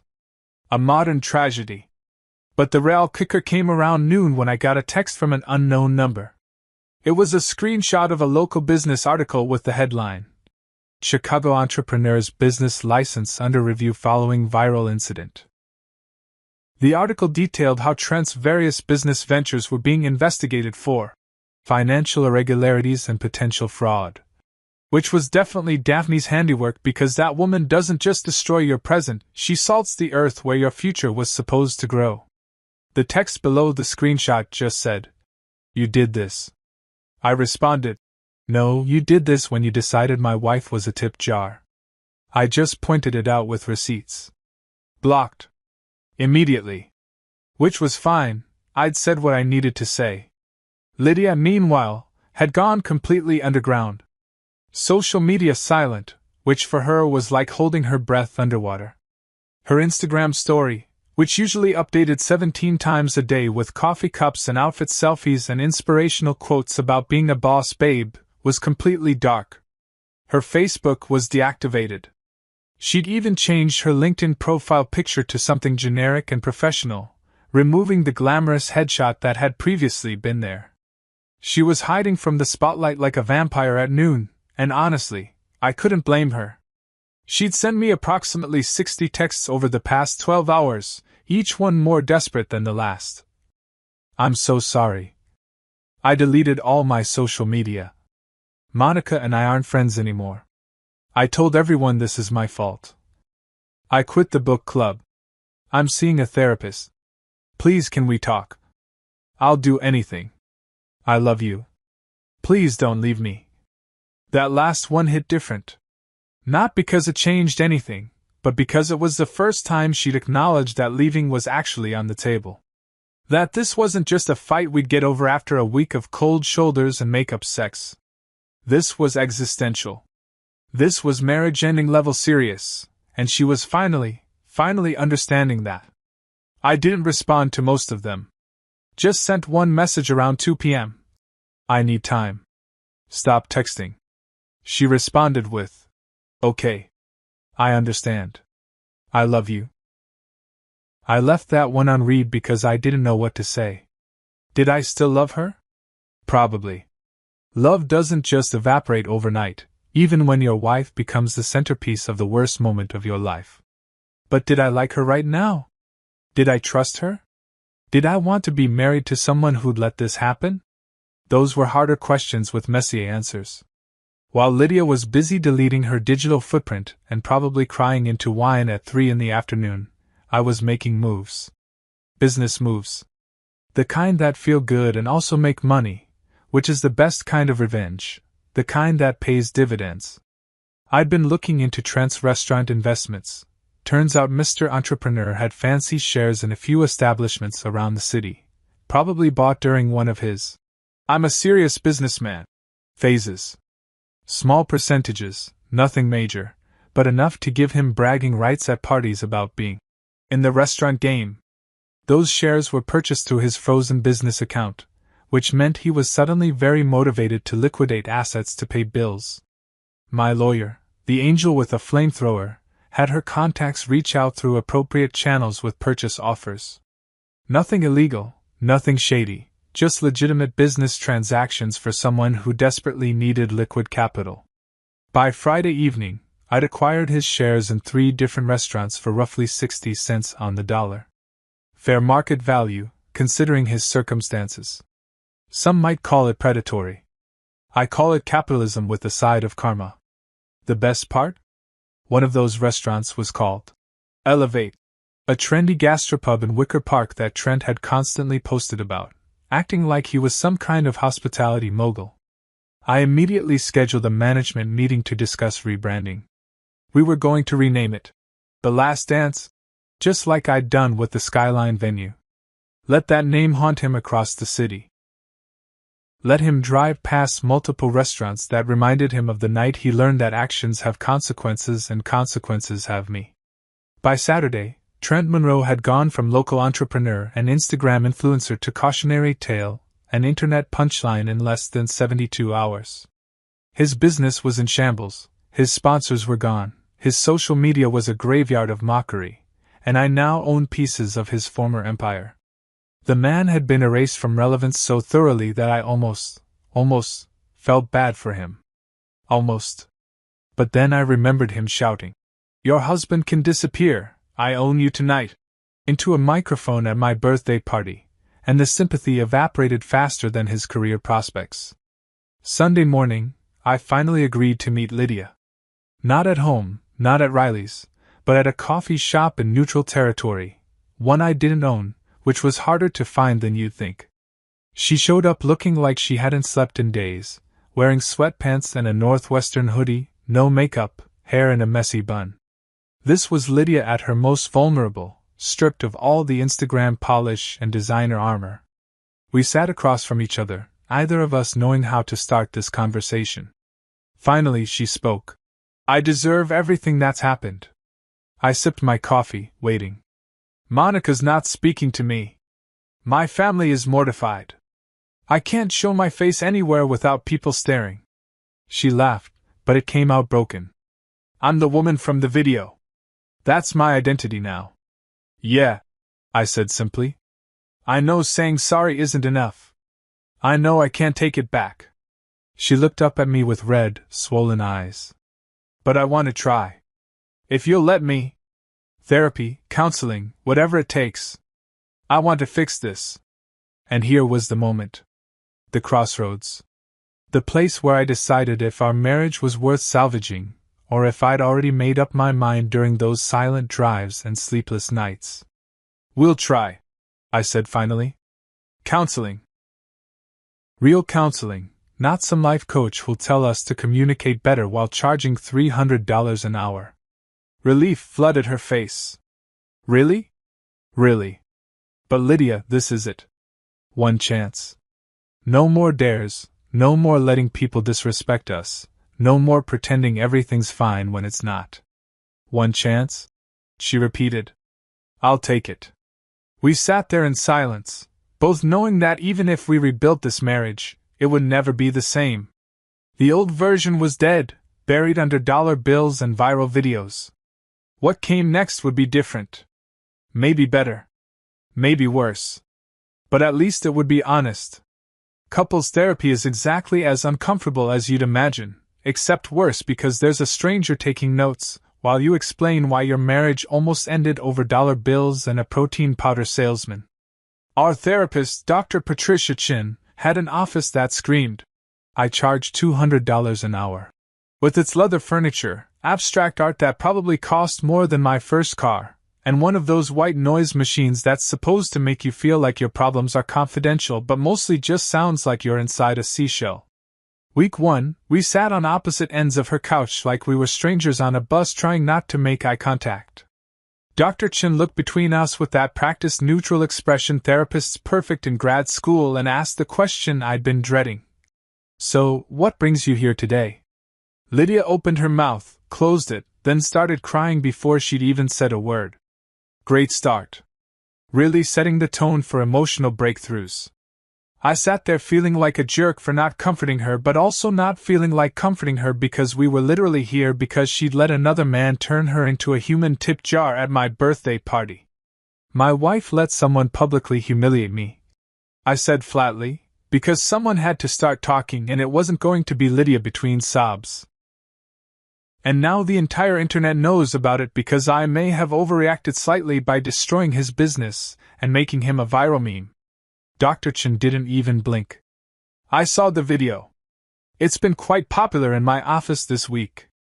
Several clients have brought it up. She paused. You have very good posture in high-stress situations, Grayson. Thanks, I practice vindictive rage in the mirror. Week 2. After we'd established ground rules and paid another $400 to sit on expensive furniture, Dr. Chin finally asked the question I'd been waiting for. She looked at Lydia and said, Why did you let it happen? Lydia twisted her hands in her lap, staring at them like they held answers. I don't know. It just happened so fast. That's not good enough, I said, and Dr. Chin held up a hand to stop me from continuing. Apparently interrupting isn't therapeutic. Who knew? Lydia, Dr. Chin said gently. Let's try to dig deeper. What were you feeling in that moment? I felt. Lydia's voice cracked. Seen. Is that terrible? God, that's terrible. Grayson was busy with everyone else, being the host, being charming, and Trent was just paying attention to me. Making me feel like I was the most interesting person in the room. There it was. The truth bomb I'd been waiting for, delivered in the worst possible wrapping paper. So you let him stuff money in your dress because he made you feel noticed, I said, and yeah, it came out harsh. Meanwhile, I was busy hosting the party I'd spent 3 weeks planning for myself, wearing the suit you picked out, at the venue I chose specifically because you said you loved the view. I know! Lydia actually shouted, which startled both me and Dr. Chin. I know it was stupid. I know it makes no sense. But you want to know the truth, Grayson? The real truth? You make me feel small sometimes. Not on purpose, not maliciously, but you're just so successful. So important. You design buildings. You own half the city. You're friends with people who matter. And I'm just Lydia who works in marketing for a company nobody's heard of and whose biggest accomplishment this year was getting our holiday campaign to go semi-viral for like 3 hours. I sat there, completely blindsided. You feel small? You're the most confident person I know. You walk into rooms like you own them. That's an act, you idiot. She was crying again, but angry crying this time. That's me pretending I belong in your world. Do you know what it's like being married to you? Everyone wants to talk to Grayson Ward, the architect, the investor, The guy who makes things happen. And I'm just the wife. The accessory? The plus one who looks good in photos. Dr. Chen was scribbling notes like she was witnessing a breakthrough, which I guess she was. I felt like I'd been punched in the stomach with a dictionary of revelations. Why didn't you tell me? I asked quietly. Because it sounds insane. Hey honey, I'm jealous of your success and also I feel invisible isn't exactly dinner conversation. She wiped her face with the tissue Dr. Chen handed her. So when Trent paid attention to me, when he made me feel like I was someone instead of someone's wife, I just let it happen. And I didn't realize how badly I was hurting you until you walked out. Well, congratulations, I said, and I couldn't keep the bitterness out of my voice. Half of Chicago noticed you. Mission accomplished. She flinched like I'd slapped her, and Dr. Chen intervened with some therapeutic phrase about processing emotions constructively. But the damage was done, or maybe the healing had started. It's hard to tell the difference sometimes. Week 3, we talked about rebuilding. Dr. Chen used words like communication, and boundaries, and mutual respect. All the things we should have been doing from the beginning but were too busy pretending everything was fine. We made agreements. Lydia would work on her self-worth issues that apparently went deeper than I'd realized. I would work on actually seeing my wife as a partner instead of just assuming she was happy because she looked good in designer dresses. If I could rebuild skyscrapers after earthquakes, I told Dr. Chen during our 4th session, I can probably rebuild a marriage after stupidity. That's very architectural of you, she said with the hint of a smile. But marriages aren't buildings, Grayson. They're living things. They need constant maintenance, not just repairs after disasters. Fair point. Annoyingly accurate point. By week 5, Lydia and I were actually talking again. Real talking, not the careful polite distance we'd been maintaining. And slowly, painfully, like putting together a puzzle with half the pieces missing, we started figuring out how to be married to each other again. 6 months later, and life looks different. Not perfect, not healed like some fairy tale ending, but different in a way that feels real.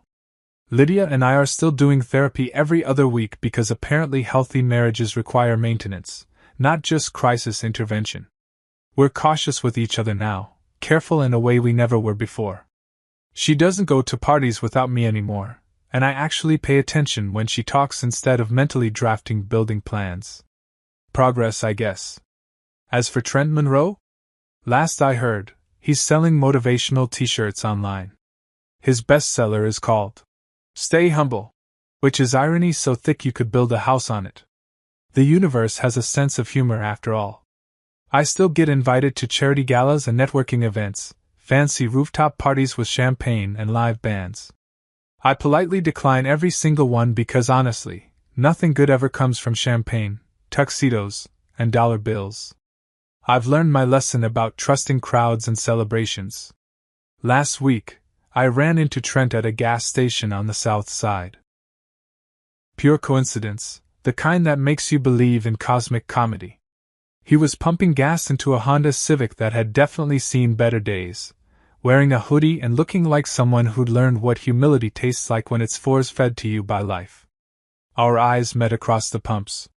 He froze, clearly deciding whether to acknowledge me or pretend he'd gone blind. I smiled, walked over casually, and said, "Still own the night, buddy?" He looked away, finished pumping, and got in his car without a word. I watched him drive off, feeling nothing but mild satisfaction.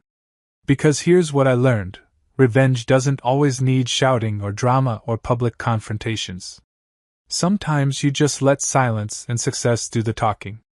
Now he knows who I am. And more importantly, I remembered who I am too.